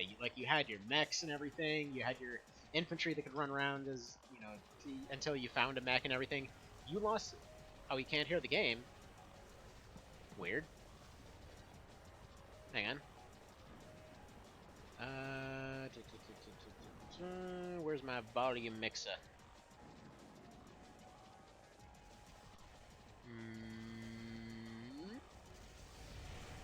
How's that? Let me know if that's too loud or not. Alright, Pastel Nightmare wins it again. Alright. Let's see who he's taking out next. But yeah, let me know if the in-game sounds are a bit too loud now. But yeah, no, so yeah, original BattleTech, like, it had a bunch of cool systems, but that game could not be beaten without a guide. I'm telling you right now. Because A, it had permadeath, but if you lost the wrong character, as in you only had like 6 characters, I think it was, that you could potentially get all game. If you lost the wrong character, oh, by the way, one of them was always a spy, so you had to figure out who was the spy before they randomly sabotaged you. But yeah, if you... Ooh, it's actually making really good use of his equipment here. No audio on my end? Like, at all? Can you hear the music, or no?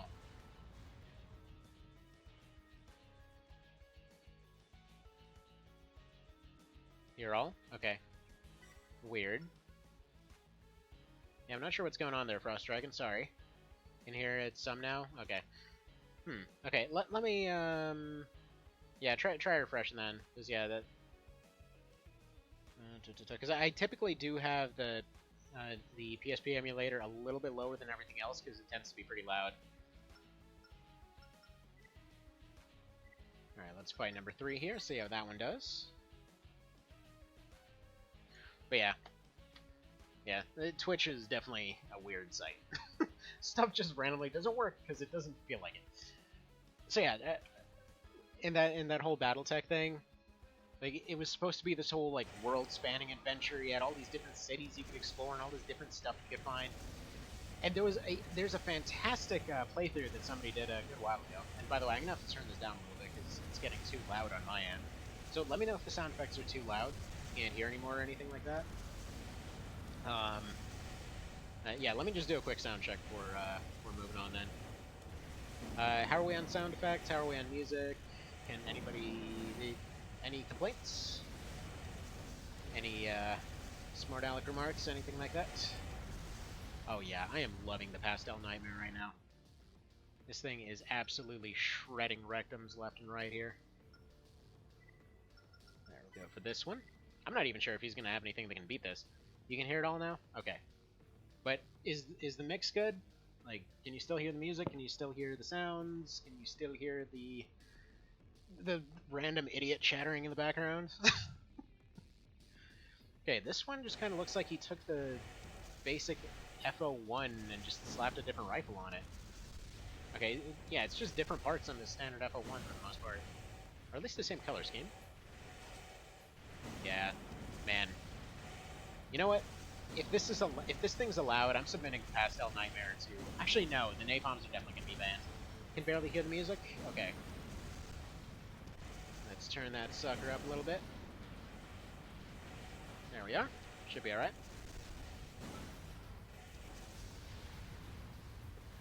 Beautiful. Alright, so that was number 4, I believe. So now we get number 5.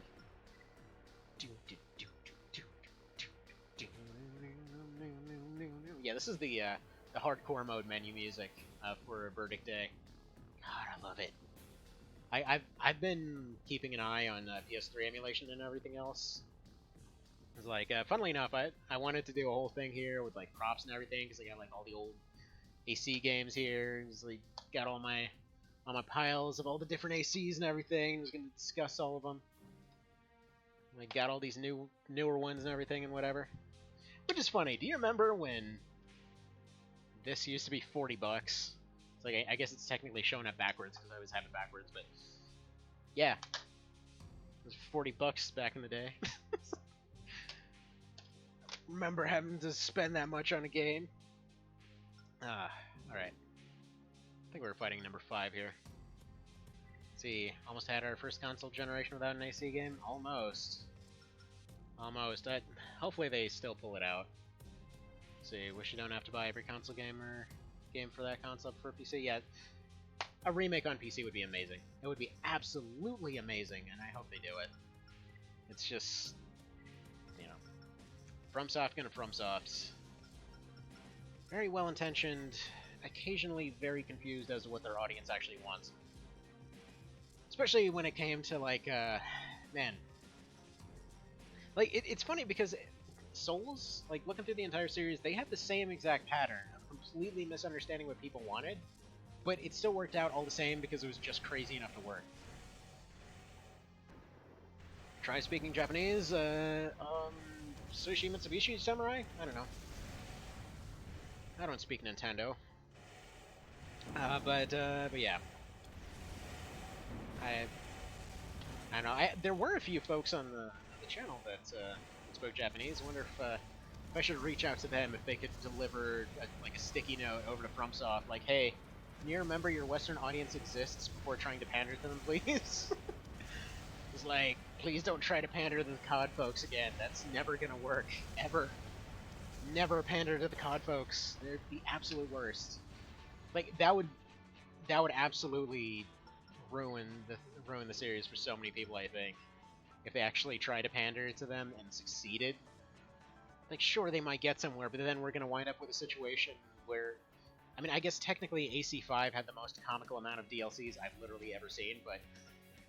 man, you see like the one annoying little kid like yelling at his mom at a mall, like, "Oh, I did get the special edition for Christmas. I know it's like $800. You're the worst parent ever."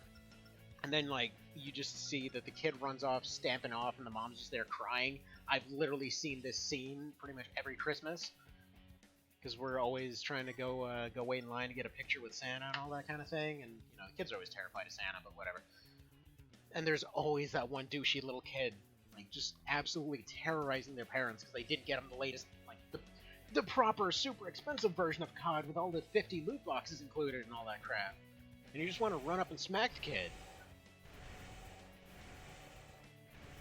It's like, the funny part is, as much as the temptation is there, well, as much as the understandable temptation is there to always blame the parent in that situation, lately, lately I saw that there was a kid that I know that, oh, AC4 Answer Remaster?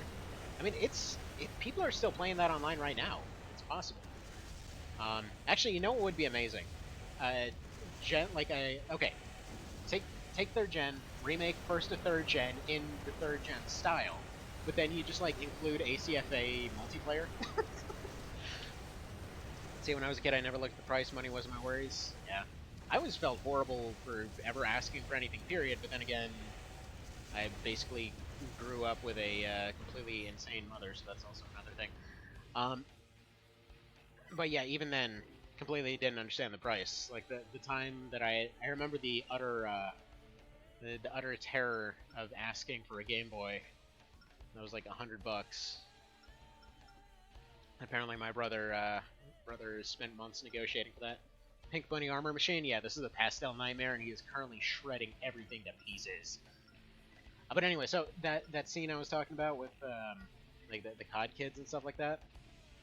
Recently, there was a kid that I've known almost like since he was really little, and the thing was, he was always really polite. He was always really nice. At some point, his mom gave him YouTube privileges. At which point, he went and he found the douche tubers. Let's just put it that way. No need to get into super specifics. You know exactly who I'm talking about. Like those guys. Just like all the folks with, you know, whether they're a bunch of dude bros in college or a bunch of folks presumably from Norway or something, but just like sitting there yelling at Roblox or some crap, and just like Roblox, COD, Minecraft, whatever, and then just sitting there yelling at it over and over and over.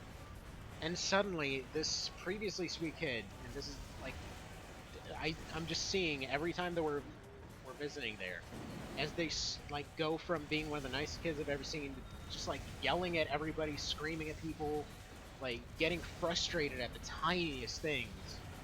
And while over there, I kept telling people like, please, somebody realize this is the cause. Like, it's not. It's like somebody there was trying to say like, oh, it's the games he plays. Like, no, look at these videos he's watching. Like, they're bright and colorful, so he likes them. He's a child. He's impressionable. They're bright and colorful, and what he's seeing is angry adults. And, you know, little kids following those adults, yelling and screaming at their screen, you know, over, like, loot boxes and stuff. Like, just, please, pay attention. What is happening here? I feel really bad for this. It's not my place to step in and tell anybody how to parent, but for the love of God, somebody put a block on that crap.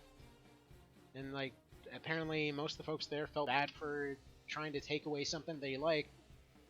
It's like, no, please, no. Like, everyone here is an intelligent adult who has like raised kids before. Like, God dang, like save this kid, please. See, little sister too watches the usual Minecraft YouTubers swearing like hell. Keep an eye on her so she doesn't go overboard. Yeah, like every time that I could over there, I was just going and switching it over to something else, and he would yell and scream at me. And like, there's other people in the room. There's adults here. You don't yell at the adults. Like, not trying to be mean or anything, but it's just like literally anything that would get him away from it for a moment, dude. What is that? You know, like for all the stuff that YouTube's blocking, that's the crap they should be blocking. You know, it's legit potentially ruining a lot of potential minds there. It's kind of terrifying, if I'm honest. To ignore loot boxes if they're in a mod pack. They're often more rage-inducing than FFT RNG. Yeah, decency, exactly. Like, I mean, what we do, for example, what we do with my daughter here, or with our daughter, is, like, she has YouTube privilege at this point, but you can go through, they have specific settings that you can go through, especially on iPads and things like that, and set specific blocks on specific things, let them only see specific stuff. This is why there's a YouTube Kids app, and most parents just look at it and they're like, oh, YouTube Kids, they don't let non-kid friendly stuff on here. No, they don't police that crap at all. Like, the creepy, you remember there was, like, the softcore porn situation a few years ago? Yeah, no, that was just on YouTube Kids. That was just, like, it was literally anything with a kids tag on it would be showing up on there. But yeah, I mean, Disney crap, sure, but at least, yeah, I will say, I mean, I'm pretty sure Disney's gonna have their own thing at some point. That's probably gonna be a lot better handled than what YouTube's done there. Like it was real weird, the kind of stuff they could get into. All right, I'm not sure if that was the 5th one that he just beat. If not, we'll just have him beat the 5th one again, and then we'll move on to Team 3. So far, Pastel Nightmare is completely untouchable. But yeah. So, unfortunately, yeah, they're doing little to nothing to actually police that stuff. One can hope. It's just at this point, with Disney actually entering the game, for those that didn't know, they're starting their own streaming services, like proper streaming services and everything. Yeah, YouTube doesn't seem to really understand what to moderate, because they seem to be going after people for random copyright stuff that doesn't even make sense, and then they let properly dangerous stuff stay up there. It's freaky. The stuff that they allow and the stuff that they block is horrible. So, personal opinion, if Disney comes up with anything to actually threaten YouTube, they will win. Like, at this point, as strong as Google is, and as much of a supposedly fair fight as it would be between those two, just like Disney has by far more like overall, media control experience. Even if they've gone down some pretty iffy roads lately themselves, I mean, it's definitely not as bad as, let's promote the hell out of angry people screaming at Minecraft for kids. Yeah, the algorithm's pretty jacked. Actually, it's weird because they still keep saying that there's no preferential treatment or whatever else. Even though there's so many studies that have come out now, they're like, well, if it's a cable company, they're about 45 times more likely to actually get up there and just magically seem to generate views. How about that? There's permanently trending. So yeah. I will say I'm not personally bothered too much by that on on a creation perspective, because let's be honest, everything I do is so utterly small time that I will never ever get up there, but, Oh! Is he gonna do it? Oh, dude, that was close! Down to 8 AP. Jeez. Alright, so that's a Pastel Nightmare beaten. Alright, good stuff. Alright, time to switch over to the Balboa. There we go. Okay, for a second there I thought there was like a duck outside my window. What is this? What is this music? So yeah, one can hope that the YouTube will figure their crap out eventually. They need help. They need help. Actually, the duck outside my window thing's pretty likely. We have a few hundred ducks and geese outside there. And the geese are absolute dicks to anybody going for a walk, and yet for some reason every apartment complex still loves to keep them around. Alright, well, the slightly almost balanced thing that was the Pastel Nightmare is gone. Now we experience the sheer utter joy that that is the beatdown bazookas. Man, these things are so busted. By the way, a little bit of reference for those that never play this one. The whole reason that the BP bazookas are the way that they are They're supposed to be the shell variants of Karasawa. So the Karasawa is basically the laser rifle that's like the kind of the mascot for the series. It's like the big old friggin' like gigantic laser gun. Yeah, that's that whole thing. So it used to be 50 shots, went down to 40 shots. Tons of damage, tons of energy drain though, and really heavy. And so the BP is supposed to be the shell variant of that, but the shots are drastically slower. It's just basically a cannonball that's flying around. And the thing is, it's typically given 40 shots because it's so inaccurate when actually fighting against a player that, well, it's just gonna suck. Like, the thing is gonna be absolute trash. So, oh, I just noticed I'm already on Team 3. That's why some of these things weren't necessarily making sense. But yeah, so yeah, it was one of these cases where it was given a decent amount of ammunition because instead of drain, it was just super inaccurate to actually hit somebody with. And yeah, it had a really small area where they would lock onto.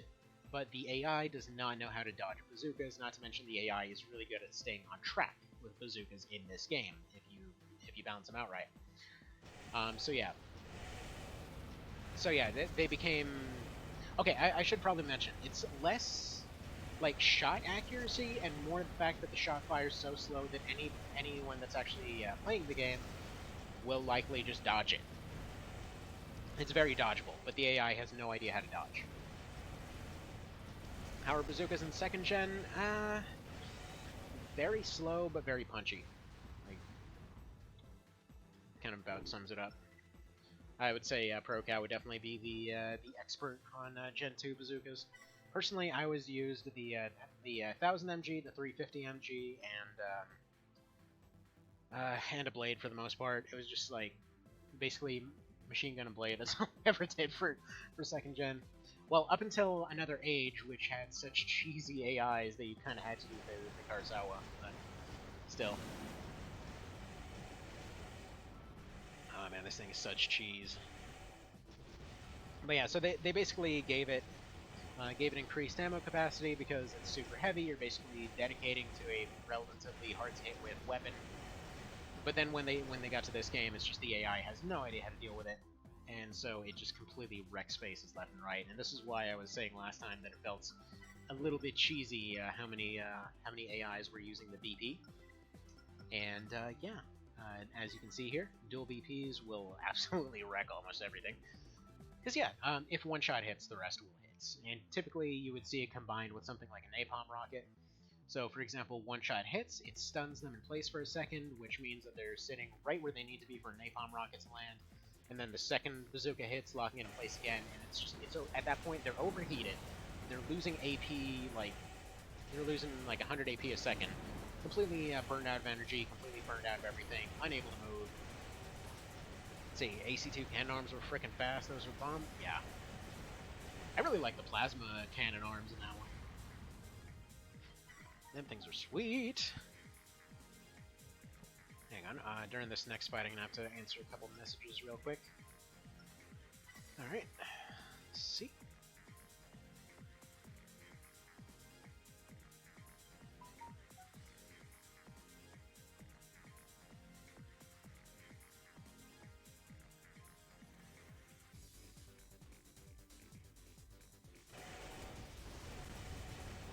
Man, that's disappointing. So I had applied and seemingly gotten interviews for several different jobs and whatever. And I was really excited about one of them because it was basically like a data entry thing I could pretty safely do from home. And then, unfortunately, it became really obvious that it was a robot. Because it basically, partway through, they're like, oh, rate yourself when it comes to all of these different categories. And two of them were statistics and math. Because the job description never said anything about statistics and math. I'm like, I'll be honest, I'm not very good at math, and I've never had to use statistics for anything. So that would be like a 2 and a 0. So let me know how that works out for you. They're like, great, you seem perfect for this position. I'm like, you didn't read what I said, did you? And then just over and over and over, like it's just easing more and more into a bunch of messages just asking for information.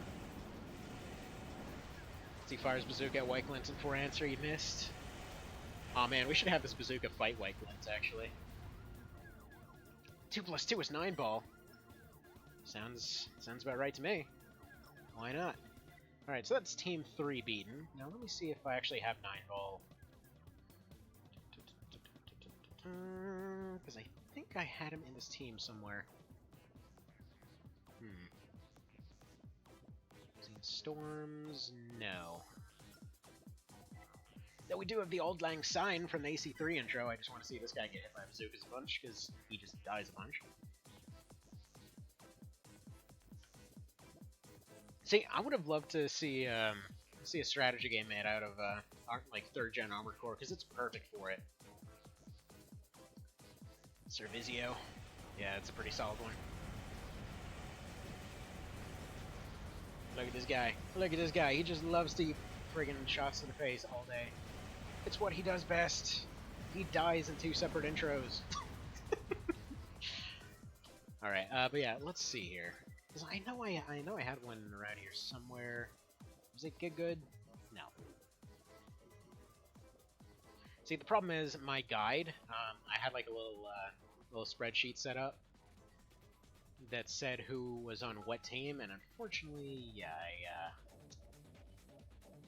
I don't actually have that anymore because that was on that dead computer.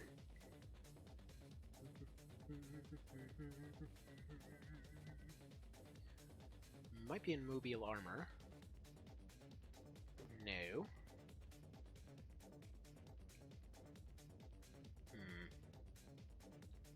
Awesome. No, but there's Jacko. Ah, whatever. Let's just have him fight Jacko real quick. And then we'll move on to Team 4. Because, yeah, so far, I was really expecting these guys to be subpar. They're not exactly optimized, like I said. These guys are just kind of slapped together, leaning pretty heavily on the meta for a couple of the builds. See, 3rd gen as an equivalent, spread laser arms, but take a lot of energy and ammo spread. Oh yeah, I missed that about the plasma arms, yeah. They were a bit ridiculous.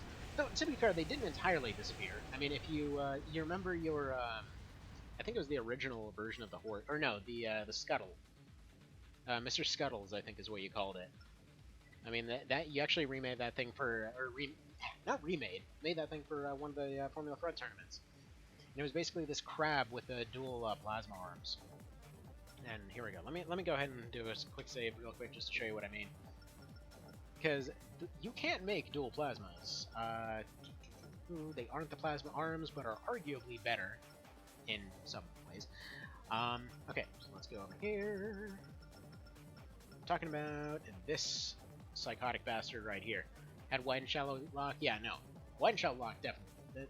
Like, as far as lock and everything else, it's ridiculous. But I'm saying these things, friggin' 2100 damage per shot, so this is almost as much as a grenade cannon, except it's energy damage, which tends to be something that folks are a lot less resistant to. Only 14 shots, so 28 shots if you're, you know, doing it right. It can shred real good. Not to mention they overheat pretty much everything. Alright, let's go for a nice close-range map this time. Just to show you why close-range maps are absolutely busted when it comes to anything with bazookas. I don't know what genius decided that close-range maps are a good idea for this game. They need to start as far away as possible. Because, like, right here, he's immediately going to get 2 shots off. And odds are the AI will not move in that time. So the first thing that they know how to do is to fire. The second thing that they know how to do is move. See, Scuttles has 1 Etten and 1 Griffin. Alright, well, fair enough, because he has that cannon on the back fireball. Claiming FromSoft is a genius. They're very good at world design, I will say that much. Their balancing could use some work, but, you know. They're very good at world design. Like, this setting, when, I think, I would say TBM had the same reaction most folks had when they first got into this game. It was like, A, how have I never heard about this, and B, I want to live in this universe. Because, okay, it isn't explicitly said, but it's implied that like the setting up to this point is like, let's say, you know, 3rd gen, everyone's living in an underground post-apocalyptic megacities for all intents and purposes, and then by Silent Line, they've gotten rid of their Overlord AI thing, you know, the controller there, like they've taken over, you know, taken back the Earth and everything, and then by Nexus, they've already gone too far again, because of course they did. They started digging up all this old tech that they never should have touched in the first place. And then one of them goes way too far and accidentally unleashes the apocalypse. Somewhere off in the background, somebody's training through the Ninebreaker program, and presumably is the main character that comes in from Last Raven, because, I mean, they're the only one that doesn't cheat, but still seems to come in with a reputation. So presumably they're like some unknown, trained super whatever. Because it's just implied that most of the Ravens, including the main character from Nexus, die in Nexus. You can actually live through Nexus, because you can literally just jump off the roof. I'm surprised nobody ever seems to think of that, but whatever. I was kind of curious what would happen after being really bummed out by that ending, so I was like, screw it, what happens if I just leave? And surprisingly, yeah, you don't get a game over. They're just like, here's credits, and then they're like, yeah, so world got destroyed, but they don't mention anything about, say, Raven being found dead on the roof anymore. The controller is following you on Twitter? Exactly. Oh, dude! What if after that announcement they're like, man, the best way to reach out to the Western audience is just to convince them the controller is real? Okay, quick thing. Sigma, can you please send me the link to their Twitter page? Because I want to follow the controller on Twitter. Put these over here so I can get my computer back. I gotta follow the controller on Twitter. Here, let me pull up the computer so I can actually get the link. Because I gotta ask them some questions. I want to know. I gotta know. What do they have? What exactly did they have against Crossback?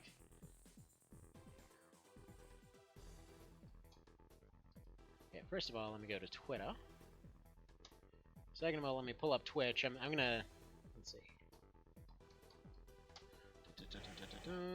Twitter.com/adminabot, and probably a bot. Oh well. Oh well. Must follow the controller on Twitter. No, you know what? I need to go make a different account and just call it Crest. Like, Crest is follow the controller on Twitter.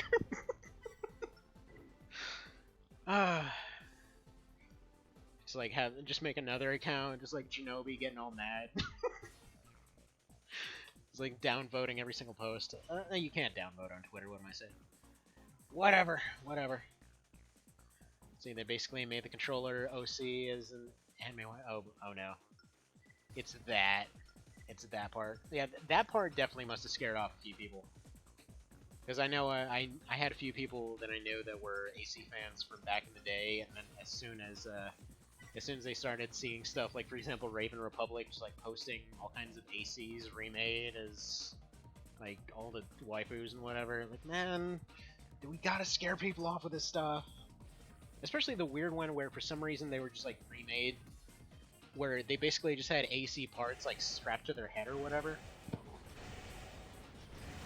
And it was just like a chick in a bikini, and then they were all flying around fighting each other, but it's like barely recognizable. It's like, dude, just let it be a robot. What the hell are you people doing? But yeah. No idea.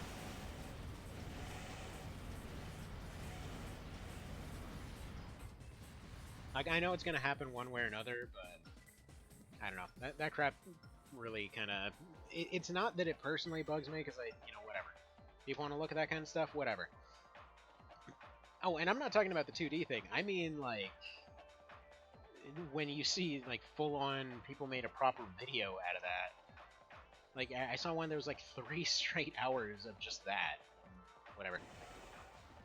Like 3D mech robots. I want to see more explosions, exactly. But, anywho. For some reason, that's just part of that weird trend that everything's got to become porn for some reason. I mean, time and place, sure, I just don't really get why they feel the need to do it for this. Oh well. Anyhow, so, Mr. Javelin, there you go. There is all of your AIs completely and utterly smushed under the weight of Phallic Rex over here. Or the Balboa. Alright, let's see how these other two even hold up, because, that was such a curb stomp, it's not even funny. Alright, let's do it like this. That's the thing with Formula Front. Honestly, I should have probably done it banning metas and all that kind of thing. Because, yeah, dual bazookas is super cheesy. Oh, dang! I actually have some followers on Twitter now. What the hell? Jeez, I leave for a little bit and suddenly people follow me on here. Yes, it's not that many. It's only 19, but still, that's the most it's ever been. Alright, so yeah, I think Get Off My Lawn has a decent chance of winning against all of them here. See, also a lot of roleplay accounts, OP Intensify. Yeah, I don't know why so many people do that. Okay, here's the thing. For the setting, I can understand, but the stuff people do with the setting is what doesn't make sense to me. So okay, like let's take what a Akami did back in the day there, right?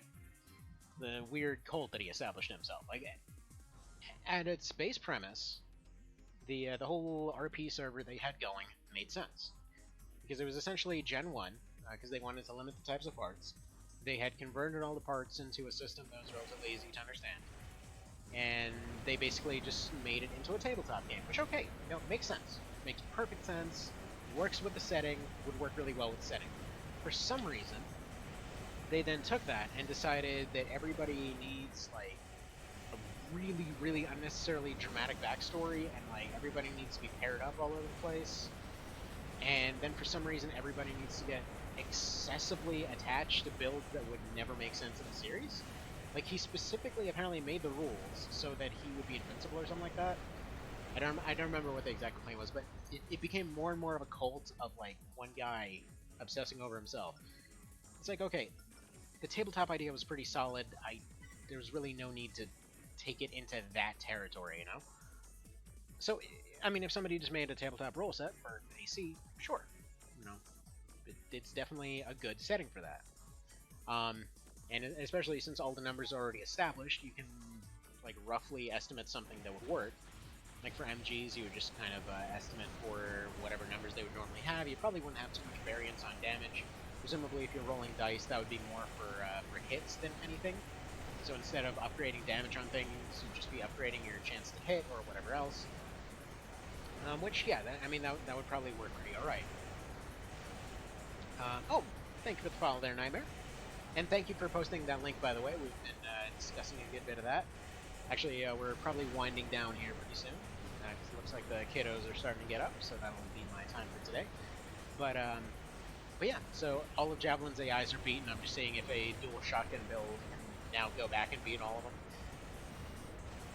Let's see. Also made a role-playing Act 1, but it was based on an in-game character. Doesn't go outside the setting. Yeah, I think everybody's done like RP-type builds before, and it's fun. It works very well. Like honestly, personally, one thing that I love doing a whole bunch, as much as LR is definitely not one of my favorite games in the series, playing that game as an FPS works out surprisingly well. So yeah, that was pretty fun as well. Like you just build a bunch of very specific builds, or go for an RP build, or go through the story in a particular way. Everything is neutral enough to make that work. It was the same thing that a lot of folks liked about Souls. That it's just you could just decide like this is your character, and you'll run into weird challenges. All right. Yeah, Soundline had the FPS cockpit mode. Yes, and I wish that had translated over to the PSP version, though I guess it was hard enough to see anything in the PS2 version, so they probably decided that it wasn't worth the effort. But yeah, that cockpit mode was really cool, though it was pretty nauseating, I'll be honest. Like even playing with a bigger screen and everything else, it did tend to it kind of gave me motion sickness, but it was really fun to play. I did an entire run through just using that.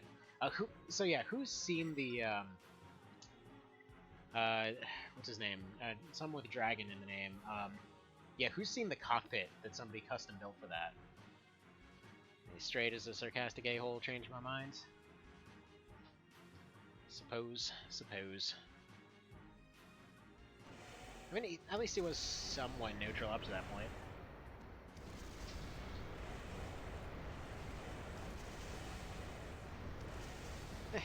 It was mostly pretty neutral anyway. There was enough left up to interpretation, just like Souls, that it tended to be good for just kind of sitting down, deciding this was your character, just doing a run. Even if you were going through the same scenarios, it still worked out pretty well. And yeah, I think Get Off My Lawn can properly beat all of these guys.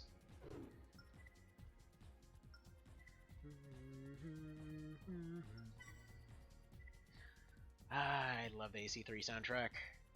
It's just so good. Just so good. Yeah, I'm surprised I've been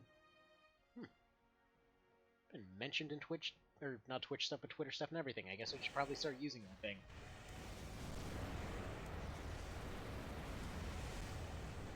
Yeah, the only reason that this build, or this particular version of this build works is because of the napalm, to be honest. Again, he used cheese, so I figured cheese was fair game.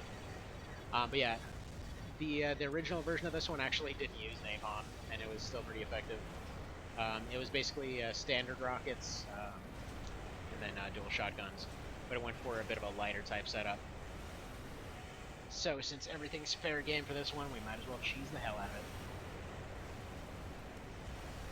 Yeah, one part that I wish that if they do end up making like a 3rd gen remake, I really hope that they decide to do that whole thing where they bring in parts from other games and bring in some of the 4 answer parts. Because dude, can you imagine how amazing it would be to have that shotgun extension in like early 3rd gen, or just any of 3rd gen? I don't know if anybody ever used that dang thing, like it practically never ever came up, but that was easily one of my favorite parts in that game. As dumb as it was, as arguably inviable in most situations as it was. It's just, yeah, that part was just fun to play with. Like if you don't know what I'm talking about, if you've ever seen a build that had like the 2 little wings sticking out of the shoulders, basically they pop up, they open up, and they're just like 2 shotguns that blast out of the shoulders. And if you combine that with a blade build, it was devastating because you could basically go in, fire that right before a blade hit, and then it would just like shred the shield entirely. The blade would just go straight through, wouldn't take any damage reduction through that shield or anything. But anyway, it was just fun to play with. I just love the idea that, like, you basically have a trap shotgun. Also, it appears chat has broken. It's not updating the last few messages. That's fine. That's fine. We're just blazing through these right now. Chat don't broke. No, the what's it? The visual side of it did. Because right now it's still showing Frost Dragon's messages, the very last one. It hasn't shown the last 3. It's fine. It gets broken sometimes. Oh, there we go. Now it just updated. It was just being a little slow. Yeah, this one's pretty cool. It's just MG and railgun. But unfortunately, that little fairy gun isn't very good. This thing with an EO, though, that'd be something else. Oh, thank you, Sigma. Appreciate the host. Man, to get off my lawn is pretty okay in this scenario. See, shotguns are good. They're all nice and tasty. As cheesy as these napalm rockets are. So yeah, we'll give it, I'd say let's give it one more fight. Should have done that earlier. Oh, I mean, we already, oh. I mean, yeah, I guess it might have helped earlier, but still. Still. So yeah, so far it looks like at least 3 out of the 5 of these here will completely wreck the entirety of all of them. In fact, arguably 4 out of the 5 of them would have done the job just fine. Well, thank you, Frost Dragon. Appreciate it.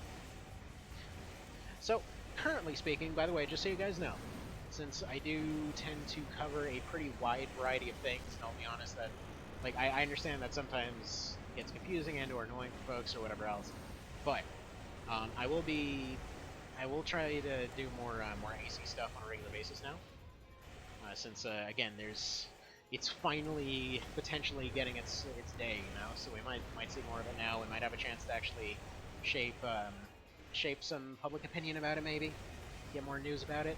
Who knows? But right now, the 2 runs that I'm currently finishing, so X Division and the Monster Run. The Monster Run's pretty close to being finished. There were a few other things I wanted to do on the side as well. So AC is probably going to be like a once-a-week thing, just kind of whenever it fits in. So just so you know, like I do cover a wide variety of things. That's why it's niche games, great mods, not exactly, just sticking to one particular thing. It seriously comes up as a criticism more often than you'd think.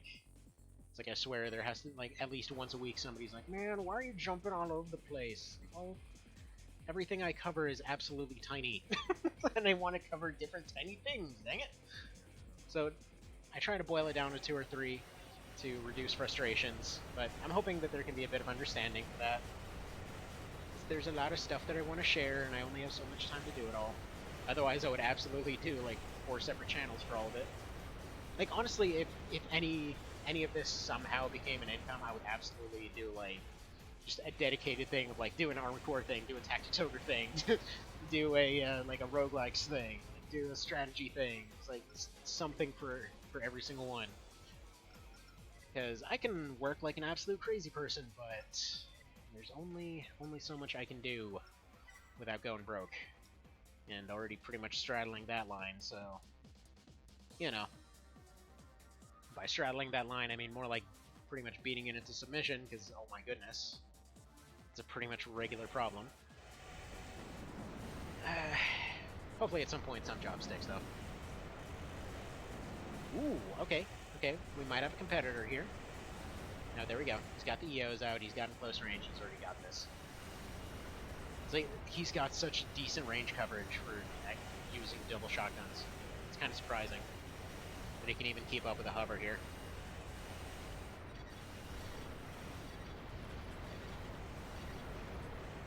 And there we go, there's another one done. So I think it's pretty safe to say that the Get Off My Lawn will probably handle all of them. We'll just do... I think this is the last one from Team 2, and then we'll do Team 1. And that'll be all of them! And we'll prove that shotguns are amazing. And pretty darn nifty, and just generally a fun time.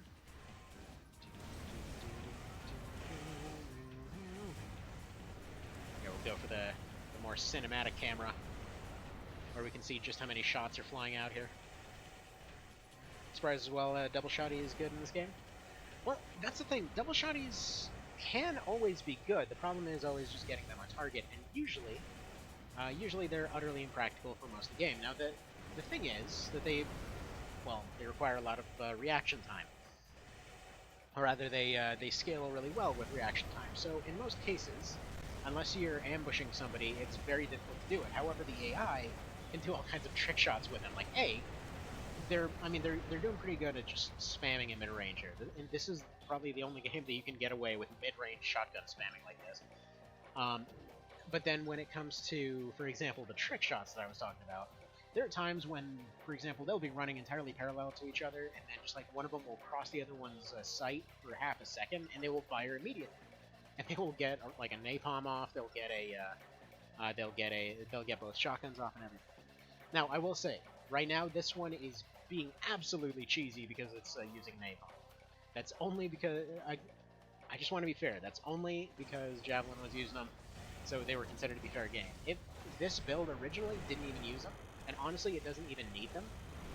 So I think after this, what we're gonna do, we're gonna go take off those napalms for a second, just to kind of show you what I mean by that. Because its original version was actually just ECM. So instead of burning the thing down and running them out of energy, it would basically ruin their lockbox. It was a little bit less reliable than napalm, but the result was ultimately the same because, frankly, both shotguns plus EO is usually enough to shred a radiator real well. It's like right here is not doing too well because for some reason the AI has decided to break and not get into close range. This will happen from time to time. Sometimes the AI just has no idea what to do. Not to mention, it's not all double shotties that are actually going to be good in this game. It's specifically these two. So if you get the Wyvern 2, and then you get all of the optionals for upgrading its power and drain, or rather power drain and fire speed, you essentially have, well, a very rapid-fire, portable, multi-laser rifle. And the thing is, it can basically get through whatever defense it needs to. It's like right here, it didn't do terribly well because it's still having to finish it off with its EOs. It missed every single one of its napalm rockets, I'm pretty certain, but it still was enough damage to make it by. Like they've got enough shots to still pull it off. So if you use M-Blue FCS and for an answer, you could easily flick with shotguns. Oh yeah, no, absolutely. One of my favorite ones was one that it was called the Shotgun Bum Rush. It was basically the quick shotty, the heavy shotty, on a ultra lightweight build with no, it was, let's see, it was most of the white glint build with different arms, and then just had the shoddy extensions. So you could essentially you could get really fast lock. You could use the rapid shoddy to wear down PA, and then you use the heavy shoddy for your actual damage, and then yeah, you just use the shoulders for anything extra. It was oh, it was a joy. That thing was just great. So if we go over here, go ahead and swap it out to get rid of that cheesy napalm rocket. So instead of the napalm rocket, we're just going to stick some standard rockets on this thing. Or hell, we could even do scatter mines, to be honest. Actually, scatter mines are going to be better. So we'll just stick those on there. It'll probably be enough. The nice thing about the scatter mines is that they have a ton of stun on them. So you can do that too. So let's go do the rest of this fight here.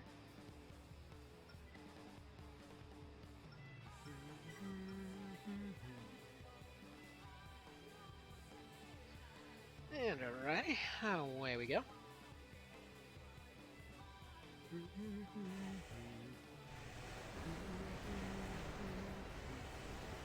So yeah, the scatter mines, they'll just generally throw out when they're in roughly close range. They're very inaccurate with them, but they'll still do a good job if they ever hit. Especially if they hit somebody mid-movement, that's basically a fight winner right there. If they bother to get in close range, the only reason that these things have such high DPS is because they can't be resisted. It's not like they have any innate properties that allow them to be resisted, it's just more the fact that they... Oh wait, did I... Question is, did I actually save it before the change? Or after the change? Let me see... And that would be... Yes, I did. Okay. But yeah, basically everything is going to be either better against shell or better against energy. So it's a nice little trifecta where it's got enough DPS to be able to overwhelm a radiator, so that's going to deal with heavyweight builds. So it's going to overheat heavyweight builds, and it's basically able to punch through whatever defense is going to be weaker between most other builds. So it was a very solid idea when it first came up, I thought. And yeah, unfortunately it was doing really well, but then it basically ran into a bit of a fluke when it came to the tournament. It ultimately came down to I think it just came down to a few AP or something like that. But ultimately, yeah, it did lose out. Otherwise, I'm pretty confident that it could have won it if it had won that first fight. As just grenade builds are one of its big weaknesses. And everything in this game will have a weakness. That's why the whole 5v5 format worked really well, because it absolutely worked wonders with the fact that the whole series is built around different builds being able to counter each other. For all intents and purposes, it is a fighting game with a fully 3D control scheme. Like, if you made Dark Souls into a fighting game and made them into robots, that would be Armored Core. That's the best way I could explain it. So there we go. Doing well here. As you can see, the napalm wasn't even necessary. I mean, if he gets a close range thing with those scatter mines, it's gonna be better than any napalm anyway. So you know what? In fact, I might even resubmit the get off my lawn, because I think with whatever new rules TBM comes up with, yeah. And by the way, Armored Souls, did you see those posts? Out of curiosity, because man, like that artwork looked sweet as hell. So cool. So cool.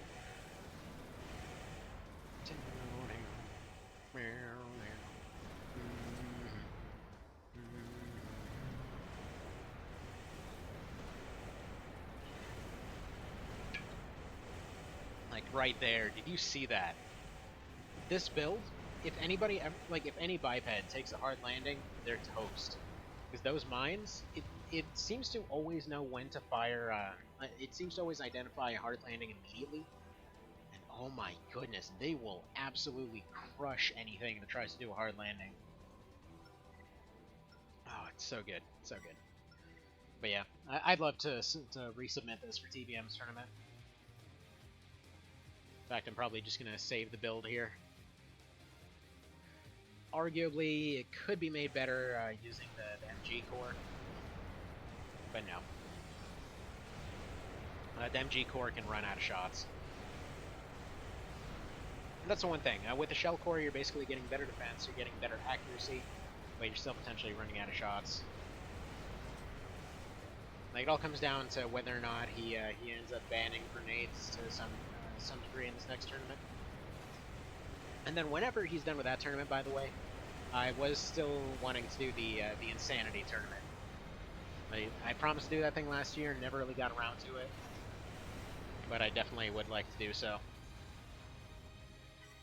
So yeah, that's the one using the weapon swap cheat, wherein you can basically, for example, fire, like, let's say you fire a bunch of nukes out of a shotgun. It's like firing those instead of pellets or something like that. It's pretty dandy. I will say though that it did require some rules of its own. Like, I don't have that cheat on right now. Actually, you know what? I can probably go pick it up right here. Let's see.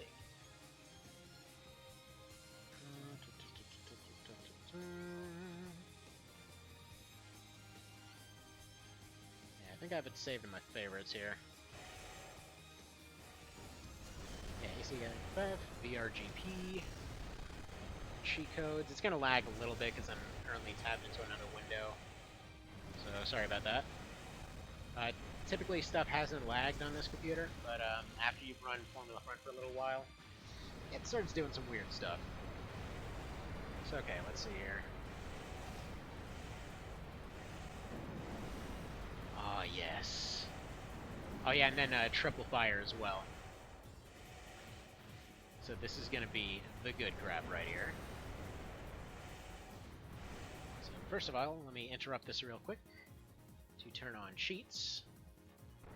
Escape, cheats, edit cheat file, and then we will continue on with this fight while I mess with the cheats in the background. Because, oh my goodness, it's just so good. It's just so good. Also, I love the awkward naming of some of these cheats. 1 AP, the AP Infinite. It's all English. Well, this is because it's Google Translator, that's why. Alright, so there we go. I gotta reformat this real quick. I'm assuming that same AC just won again, as you do.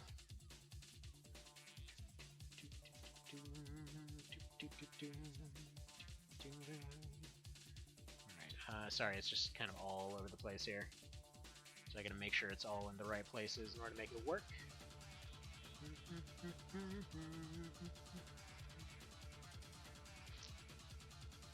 And unfortunately, another downside of this is that it also has to be reformatted a few other ways. So let me set another fight real quick, because I'm almost done here. Because yeah, there's certain line breaks that they put in when they translate. I'm not sure why. It's definitely not needed. At least not for this version, it ain't needed.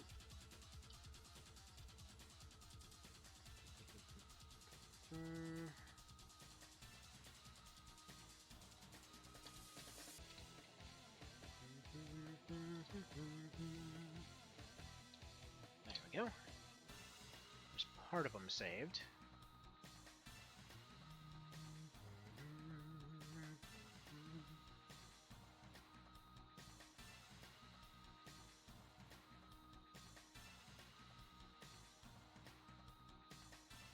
And almost done. Ooh, interesting. Okay, he actually got the quick boost cheat working for portable. That's new. It's definitely new. Let's see. Sorry, I'm almost done. Promise. It'll be cool once it's working.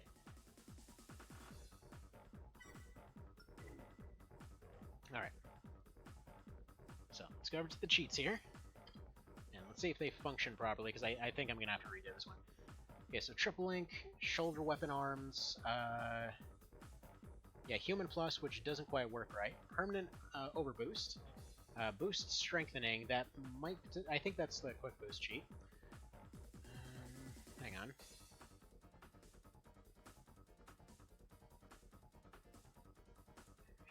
Why is that not working?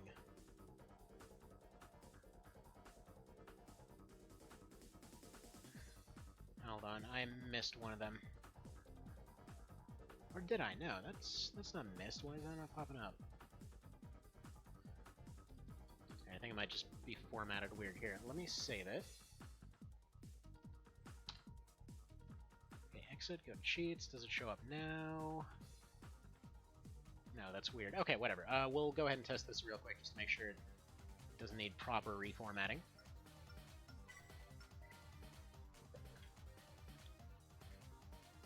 Music sounds like DBZ when I hear it. I'm pretty sure they took inspiration from some other stuff. Like there was a lot of stuff in Last Raven that sounded a lot like Cowboy Bebop.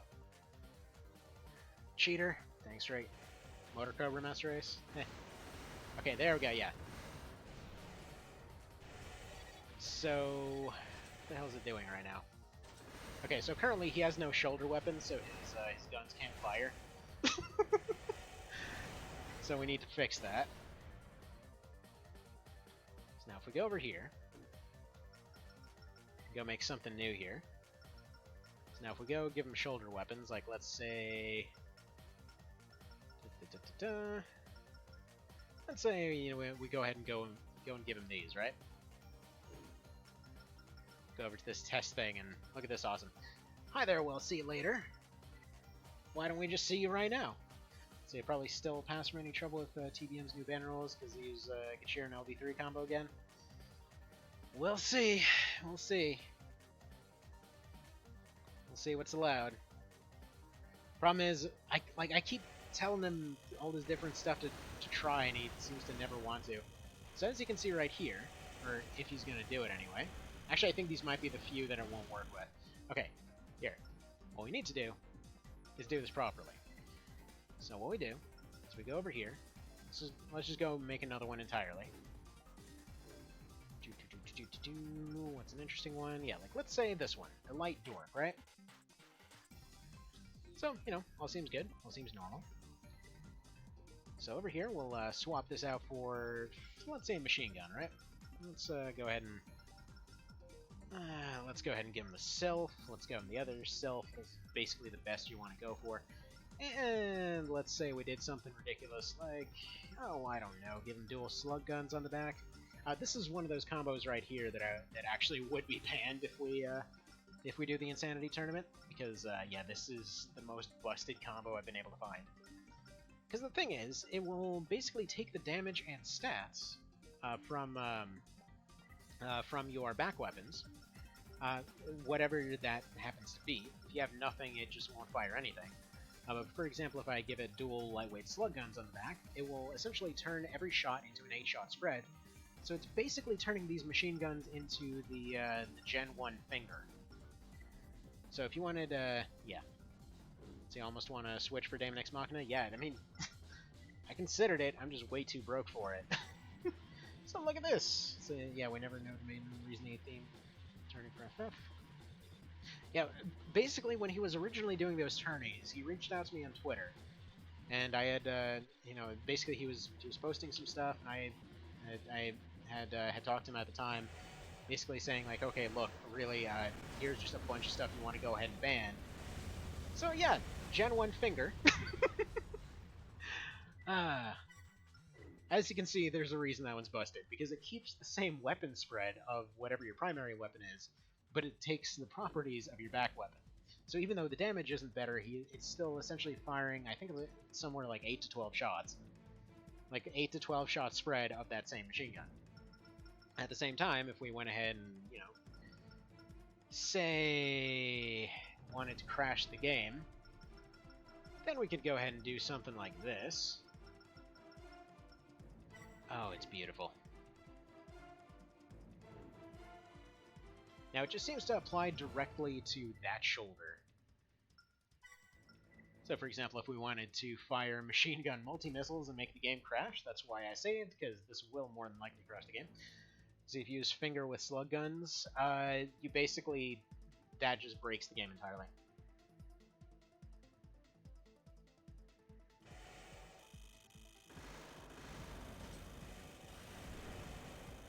So, yeah. If you're wondering what happens if you use the fingers with, Man, I just love that so much. Like, that one would be allowed. Actually, in many ways, I think everything other than the slug gun combo would be allowed just to see what kind of crazy crap people come up with. Oh, it's so beautiful, though, isn't it? I love this cheat so much. The funny part is, it's not necessarily too imbalanced. As weird as that sounds. The slug gun is the only one that's truly imbalanced because it's actually multiplying the damage. Everything else just makes it less likely to hit. So, for example, if I did this, it'll fire grenade rounds with machine gun damage. So basically, uh, this also might crash the game. We'll see. Silky with that cheat? Yeah. Actually, I might just require Silkies on everybody. Look at this awesomeness. Like, at this point, this is what XCOM originally looked like. This is what the heavy cannon in XCOM looks like. The heavy auto cannon, rather, with the HE rounds.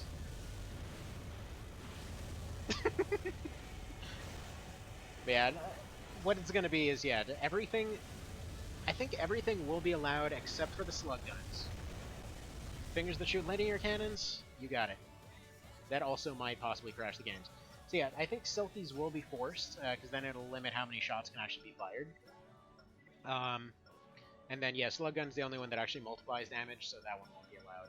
But everything else will be fair game, and we'll just see what kind of crazy crap people come up with. Like, flamethrowers combined with linear cannon, or LX cannons, is just hilarious. Because it just basically comes up with a bunch of short-range, permanent lasers. It's crazy looking. Alright, so we want dual linears. Or do we want railguns? Oh, I kind of want to see how railguns work. Alright, we'll do linears and railguns just to show up both.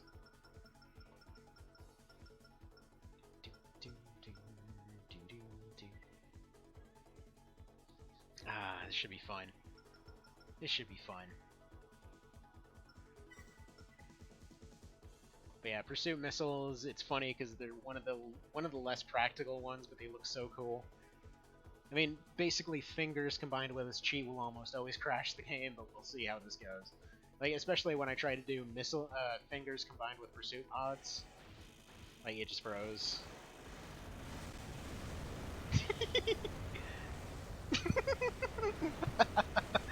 Oh, this is some Macross crap right now.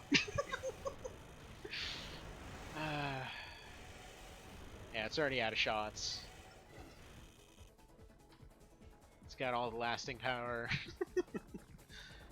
All the lasting power of somebody having their first time. Anyway, what else do we want to try out here? As I said, I was going to wrap this up forever ago.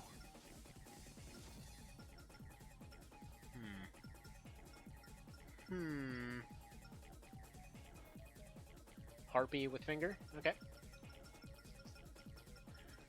I suppose we can do that kind of thing.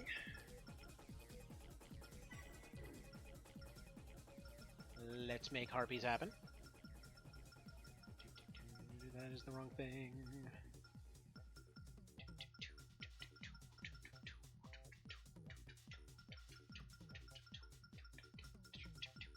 Yeah, unfortunately they don't work with the stationary ones. And we'll just go ahead and swap out this Selena for this thing.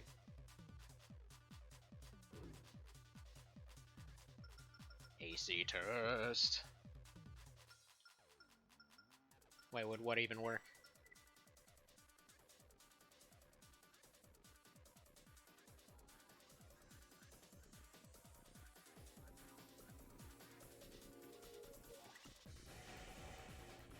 Alright, let's see what happens.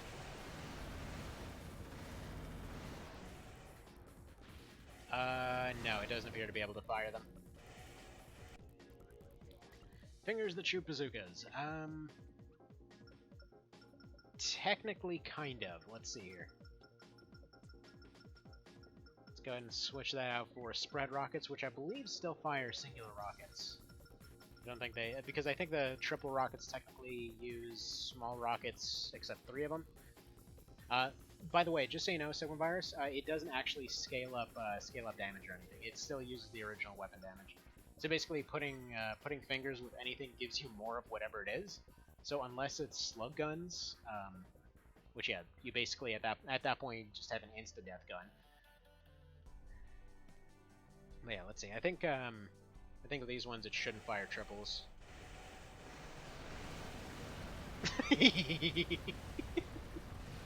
It looks so awesome.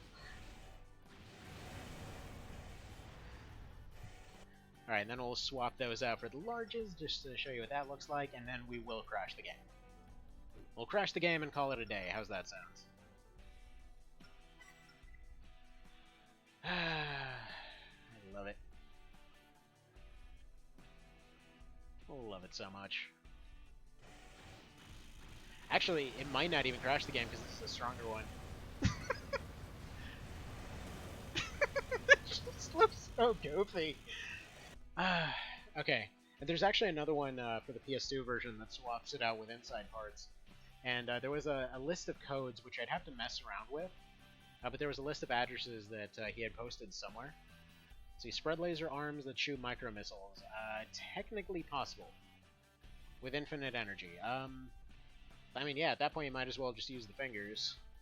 It's basically going to have the same properties. But okay.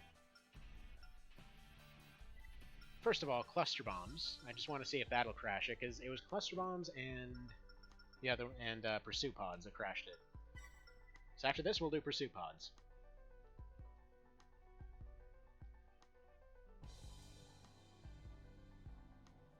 And yeah, we'll try micro missiles with spread laser arms in just a sec. And it crashed.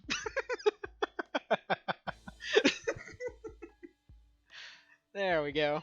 That did the job. I love it. Alright. And then we'll do the spread laser arms. With those micro missiles, which actually shouldn't fire anything different. I suppose we'll find that out in a second here.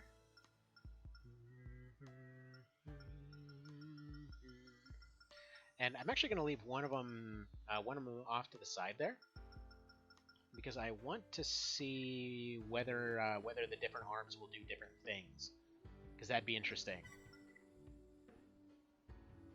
I didn't put infinite energy, but whatever. In fact, we can put infinite energy right now.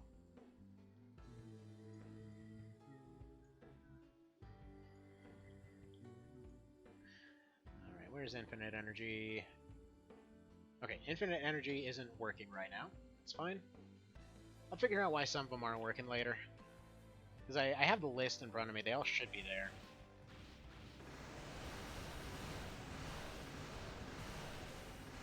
So yeah, it's just firing micro missiles with each one. Just basically firing them in a straight trajectory. They don't even lock on. But yeah, so what we really want to see here is the pursuit pods.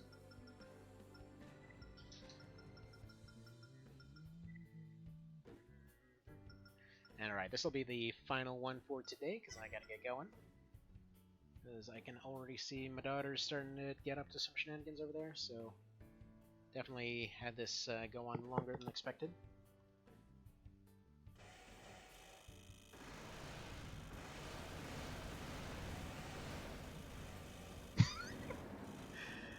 Oh, look at that. What's fun? Oh! It's not going to crash this time because it appears to have a limit. Interesting. They actually prepared for this.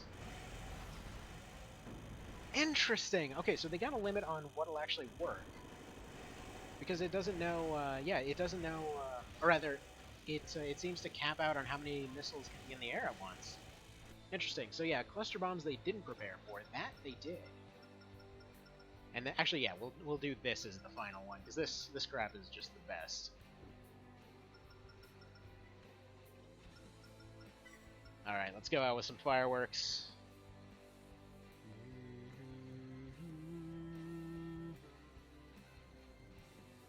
By the way, Evan, I just now saw that you posted on my Twitter like a friggin' month ago. Actually, no, it was like 10 days ago. I love this one.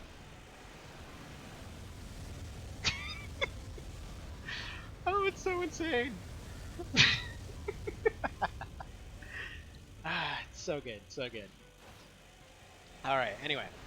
So I'm going to go ahead and call it there for today. Thank you guys for stopping by. Have yourselves a good one. And yeah, looking forward to doing more of this later. All right, take care.